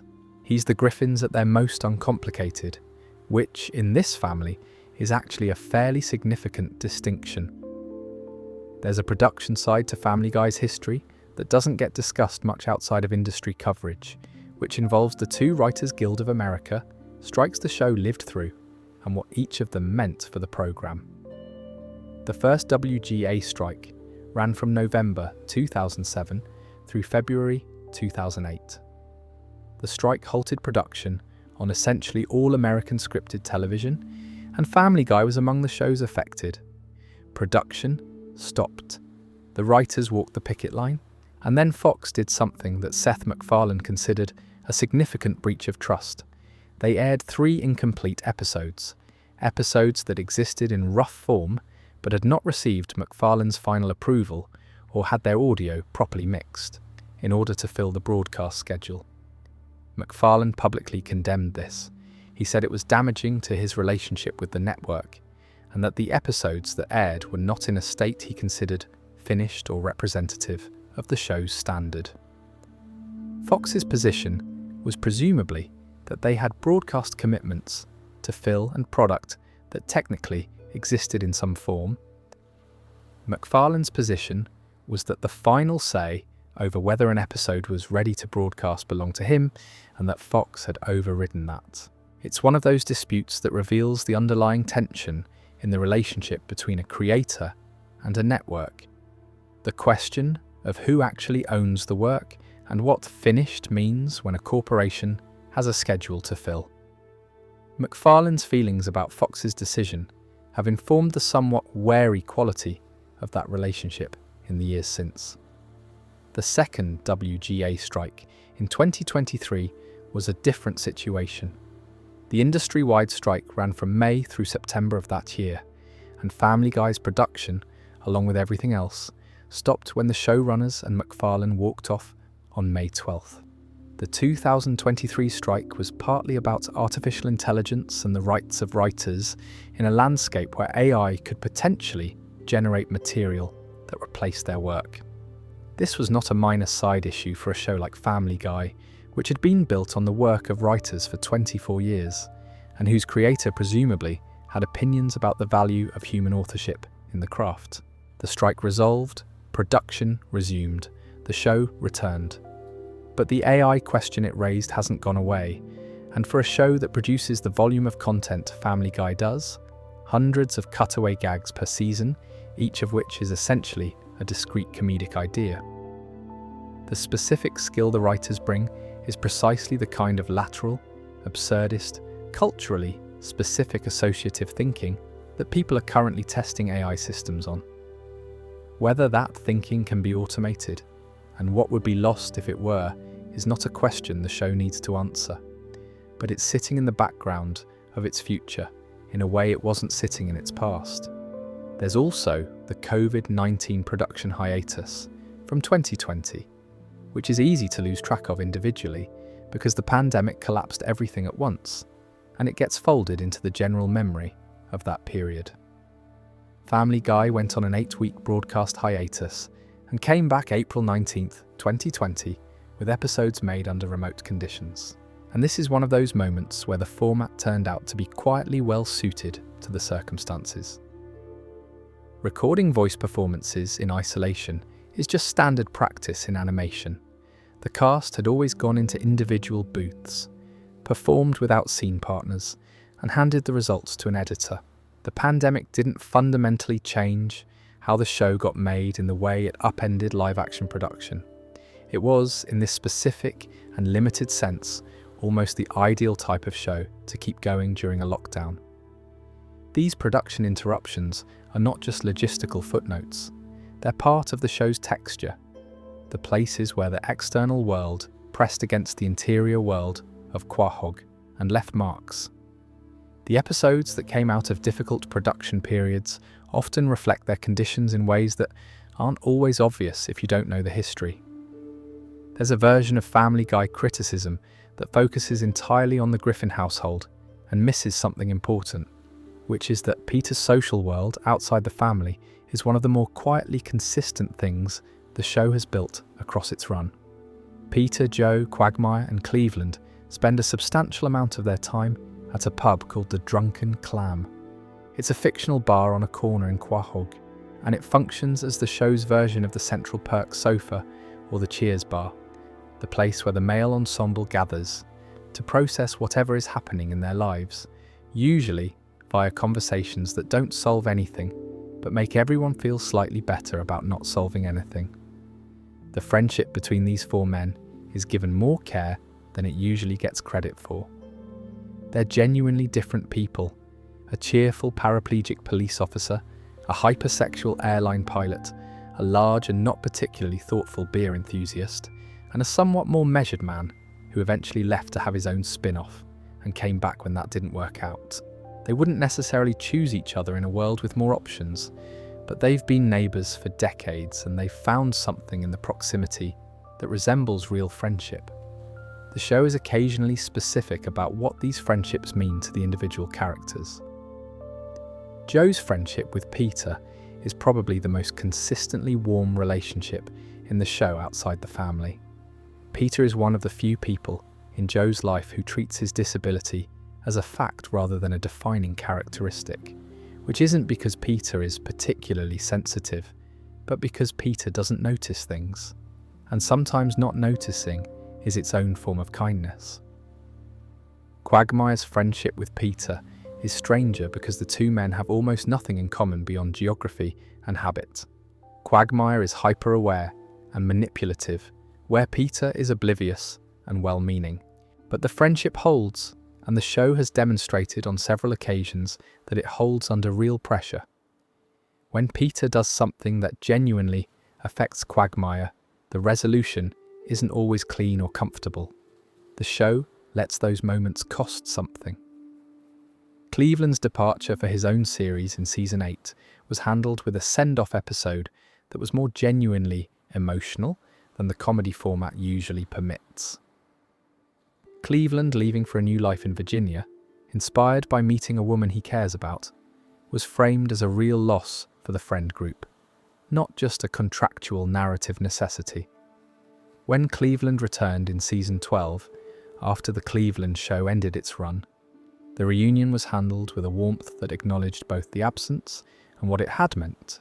The Drunken Clam itself has been destroyed and rebuilt and redecorated and reinvented across the show's run, but its essential identity has remained the same. It's where the men go when home is too much or not enough.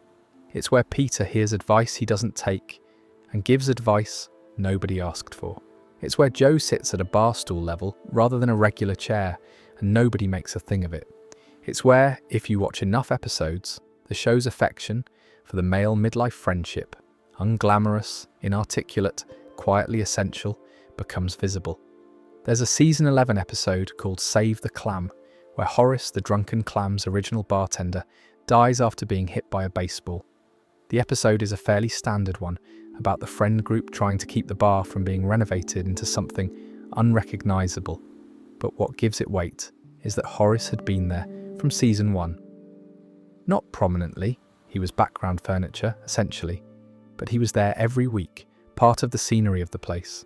His death, and the episode's acknowledgement that small background characters matter in the texture of a recurring setting is one of the show's better quiet moments.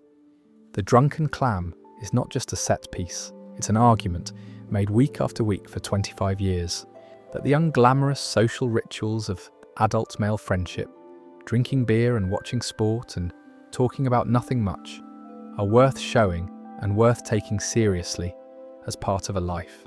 And the show makes that argument without sentimentalizing it. The Drunken Clam is not depicted as a beautiful place.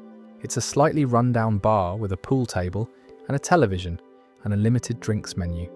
The conversations that happen in it are not particularly intelligent. Peter says something wrong, Joe absorbs it, Quagmire says something that makes everyone slightly uncomfortable.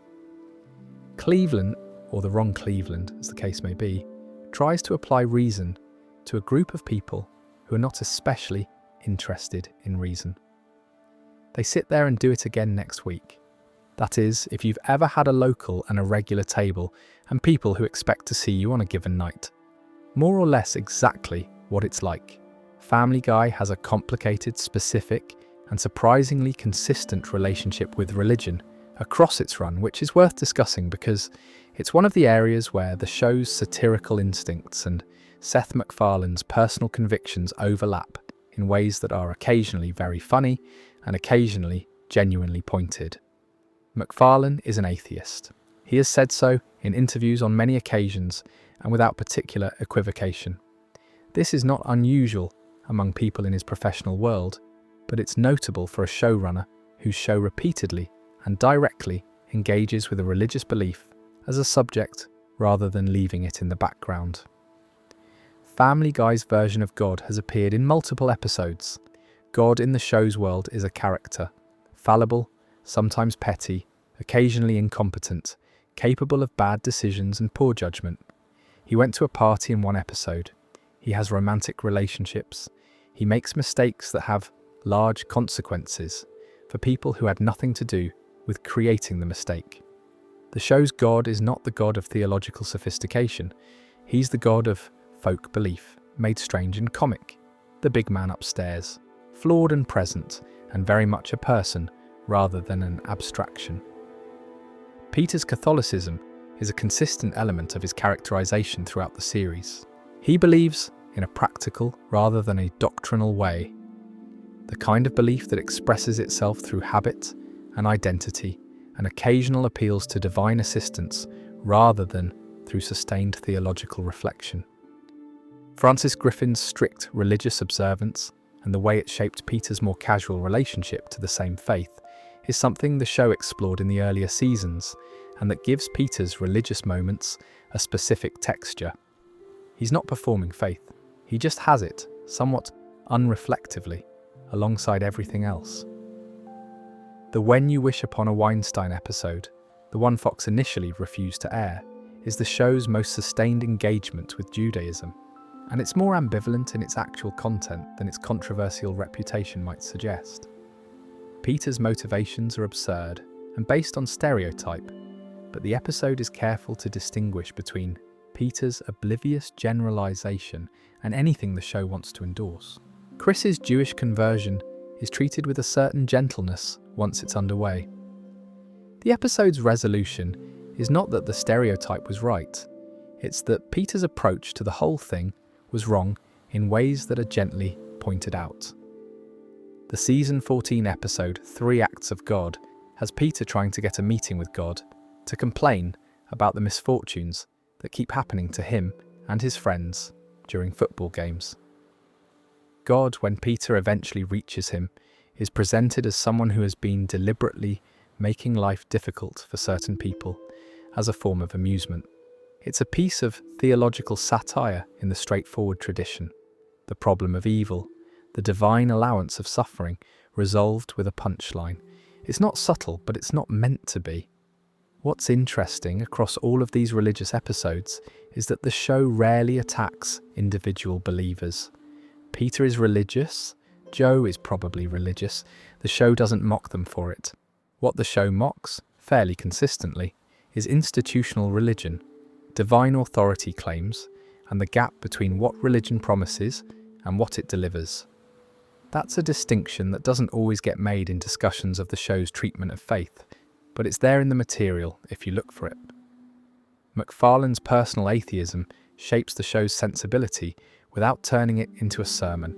He's clearly more interested in the comedy of belief than in arguing anyone out of it, and the result is a show that can make genuinely funny episodes about God without those episodes feeling like they're trying to undermine the audience's own convictions. Here's a detail about Family Guy's visual history that many people who have watched dozens of episodes have never consciously registered. The show changed its entire visual format halfway through its run, and the version that exists today looks fundamentally different to the version that aired in 1999. Seasons 1 through 8 of Family Guy were produced in 4:3 aspect ratio, the old squarish television format. Everything you see in those seasons is framed for a nearly square screen in standard definition. The backgrounds are simpler, the lines are slightly looser, the colour palette is different in ways that are subtle but real. Season 9, which premiered September 26th, 2010, was the first season produced in 16:9 high definition. The premiere episode, and then there were fewer, the murder mystery episode, is formally documented as the first episode in the new format. Everything from Season 9 onward is widescreen high definition. Going back to Season 1 and watching it now, if you've spent more time with the later seasons, the visual difference is significant. The earlier show looks smaller, in a way. More intimate, maybe. The character designs are the same, but the world around them is tighter. The cutaway gags happen in a frame that doesn't have as much room to breathe. Whether that's a loss or just a difference depends on your aesthetic preferences and which version of the show you grew up with. The animation was originally handled by a studio called Film Roman, the same outfit behind several other Fox animated shows from that era, including King of the Hill. Over time, the work shifted more in-house. Some of the outsourced animation went to a Korean studio called Sunwoo Entertainment, which lists Family Guy as one of its major credits.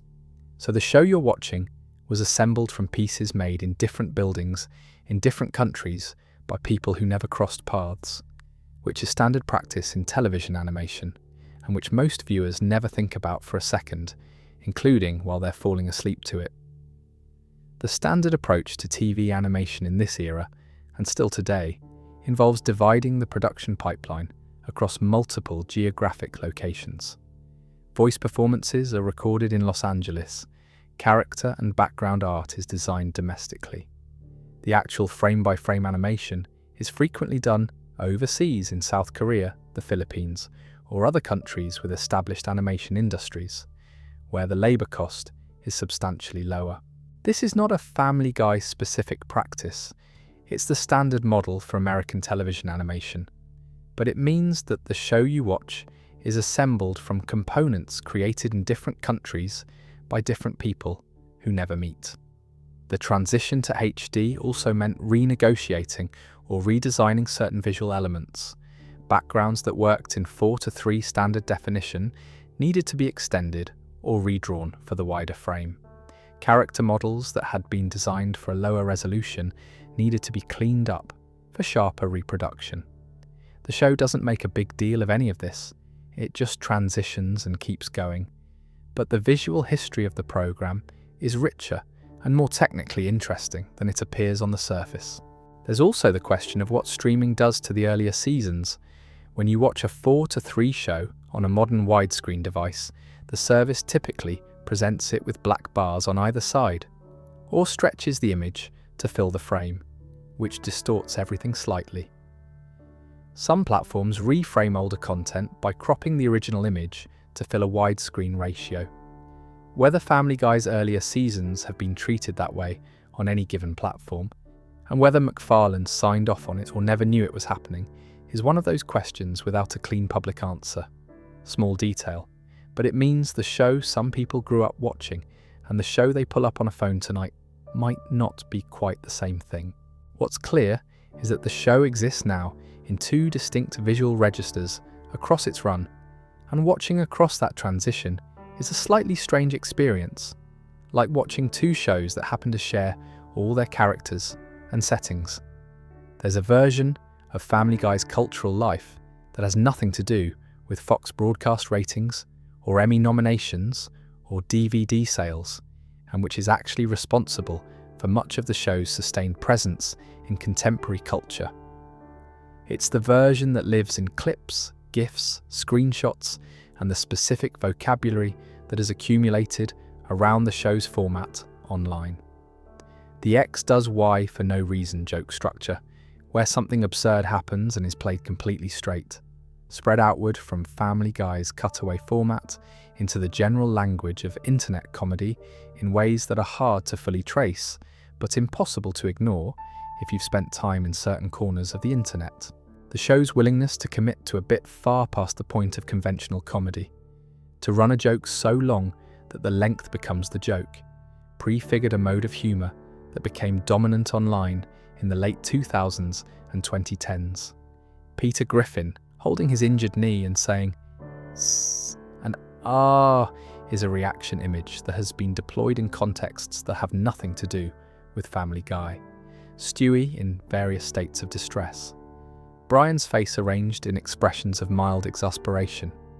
The show generated a visual vocabulary that escaped its original context and became general-purpose internet communication infrastructure. This matters partly because it represents a form of cultural longevity that has nothing to do with how good the show is in its current season. The clips that become GIFs and the screen caps that become memes are mostly from the earlier seasons, the seasons 3 through 7 period that most critics and long-term fans consider the show's peak. The internet has been slowly distributing those seasons across time, introducing them to audiences who weren't old enough to watch them when they aired, keeping the best material alive and circulating long past its original context. There's something slightly poignant about this if you look at it from a certain angle. The version of Family Guy that is most present in contemporary internet culture is not the current show, it's the show from 15 or 20 years ago, preserved in clip form, encountered by young people who have never watched an episode of it in the traditional sense, but who know specific moments from it the way you know a song you've never listened to properly, but have heard sampled in other songs. The show also has a specific relationship to the way comedic timing works online that deserves a moment. Family Guy's cutaway structure, the way it will be in the middle of a sentence and then pivot to something completely unrelated, is structurally very similar to the kind of non-sequitur humour that platforms like Twitter and Tumblr developed in the early 2000s. Whether the platform-based humour was influenced by the show, whether both were responding to the same cultural pressures, or whether it's just convergent evolution in comedic form is hard to say. But the rhythm is recognisably similar, and the show was doing it first. The DVD sales that saved the show in 2004 were an early version of what streaming engagement represents now. People seeking out content rather than waiting for it to be broadcast at them. Demonstrating demand through the act of choosing rather than through the act of tuning in. Family Guy has been ahead of the consumption curve, accidentally, more than once in its history. The DVD revival, the streaming dominance, the GIF economy, the show has kept finding new ways to be present in the culture, even as the mechanism of that presence keeps changing. And that brings us to the bottom of the iceberg, or near enough to it.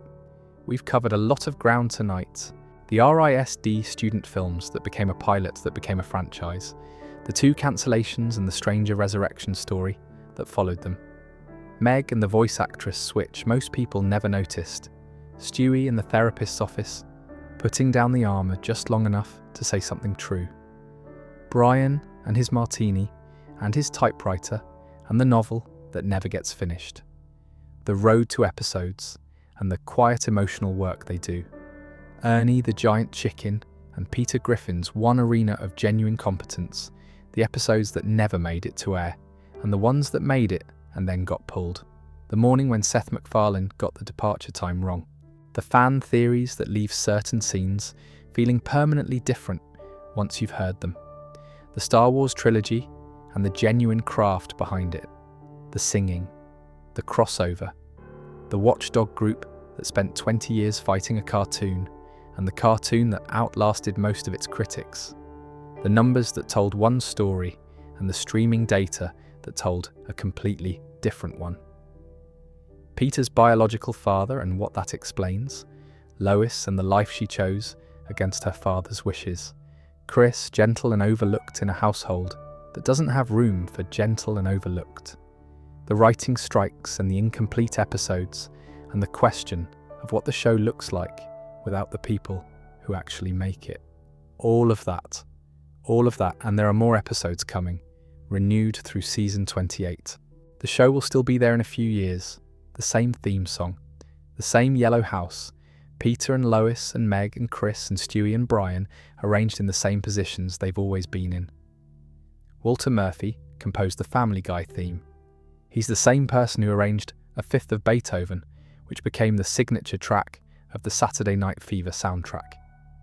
The swing-inflected tune that opens every episode of Family Guy is the work of a man who was already a music industry veteran when MacFarlane was still a student. Murphy has scored hundreds of episodes of this show across 25 years. That theme has been playing, on some screen somewhere in the world, continuously since January 31st, 1999. Right now, as you're drifting off, it's playing somewhere.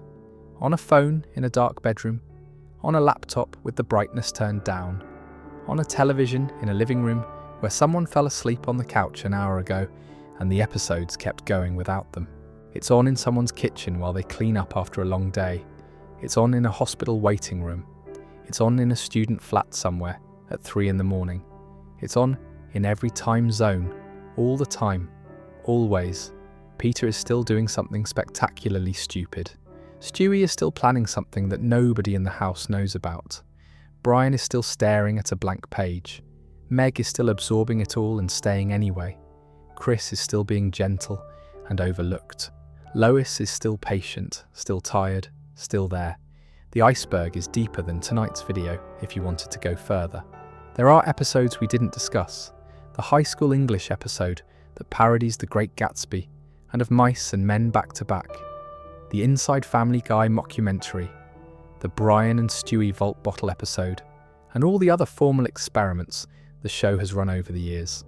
There are characters we only glanced at, recurring figures who deserve more than a mention and who have accumulated enough history across 2.5 decades to fill their own section. There are production histories that deserve more time, the full story of how animation pipelines work, the specific way that a joke travels from a writer's room in Los Angeles to a broadcast on a Sunday evening. There are theories that have been argued across fan forums for 20 years without resolution, and there are more being generated right now by people who are watching episodes you've seen 100 times and finding something they haven't noticed before. The material doesn't run out. That's one of the genuine pleasures of a show that's been running this long. There's always more of it than you've seen, always something you haven't heard yet, always another rabbit hole that opens off the main one. But that can be for another night. One of the underappreciated things about spending time with a show like this, really spending time with it, going past the surface, into the history and the production and the character psychology and the strange real-world events threaded through it, is that it changes how the show sits with you afterwards. You can't quite watch it the same way. Peter being clumsy and stupid reads differently when you know something about the person who created him and what was happening in his life when the show was being made. Stewie in the therapist's office lands differently when you understand the full arc of what the character has been. Brian's martini glass and his typewriter are a slightly sadder image once you've sat with what they represent. This is not necessarily a bad thing. The show doesn't need to be watched naively to be enjoyable. If anything, knowing the history and the layers makes the best episodes more rewarding.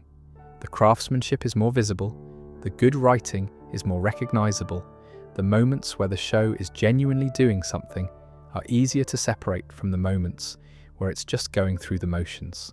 There's also something in the sheer scale of it that rewards attention over time.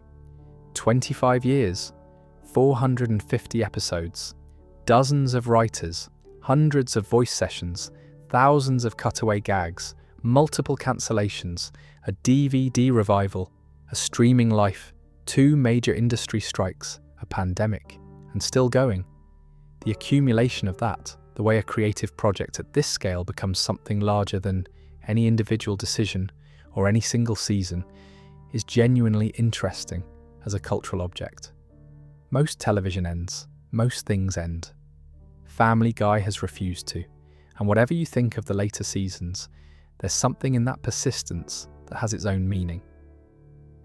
The show that almost no one expected to last past season 3 is approaching season 30. The world it depicts is unchanged, more or less, the same house, the same neighbourhood, the same routines, while the world outside it has transformed beyond recognition. There's a kind of stubborn, slightly absurd faith in that. For now, the lights are still on in Quahog. They always are. Somewhere in a fictional Rhode Island town that exists only in the work of a few hundred people, and in the memories of everyone who's ever watched it, a family's going about its evening. The chicken fight is happening, or it's about to. The cutaway gag is in mid-swing. The baby is in the living room with plans nobody knows about. The dog is at the typewriter, not writing. And somewhere in the world, in some time zone, on some screen, the theme song is playing. Sleep well.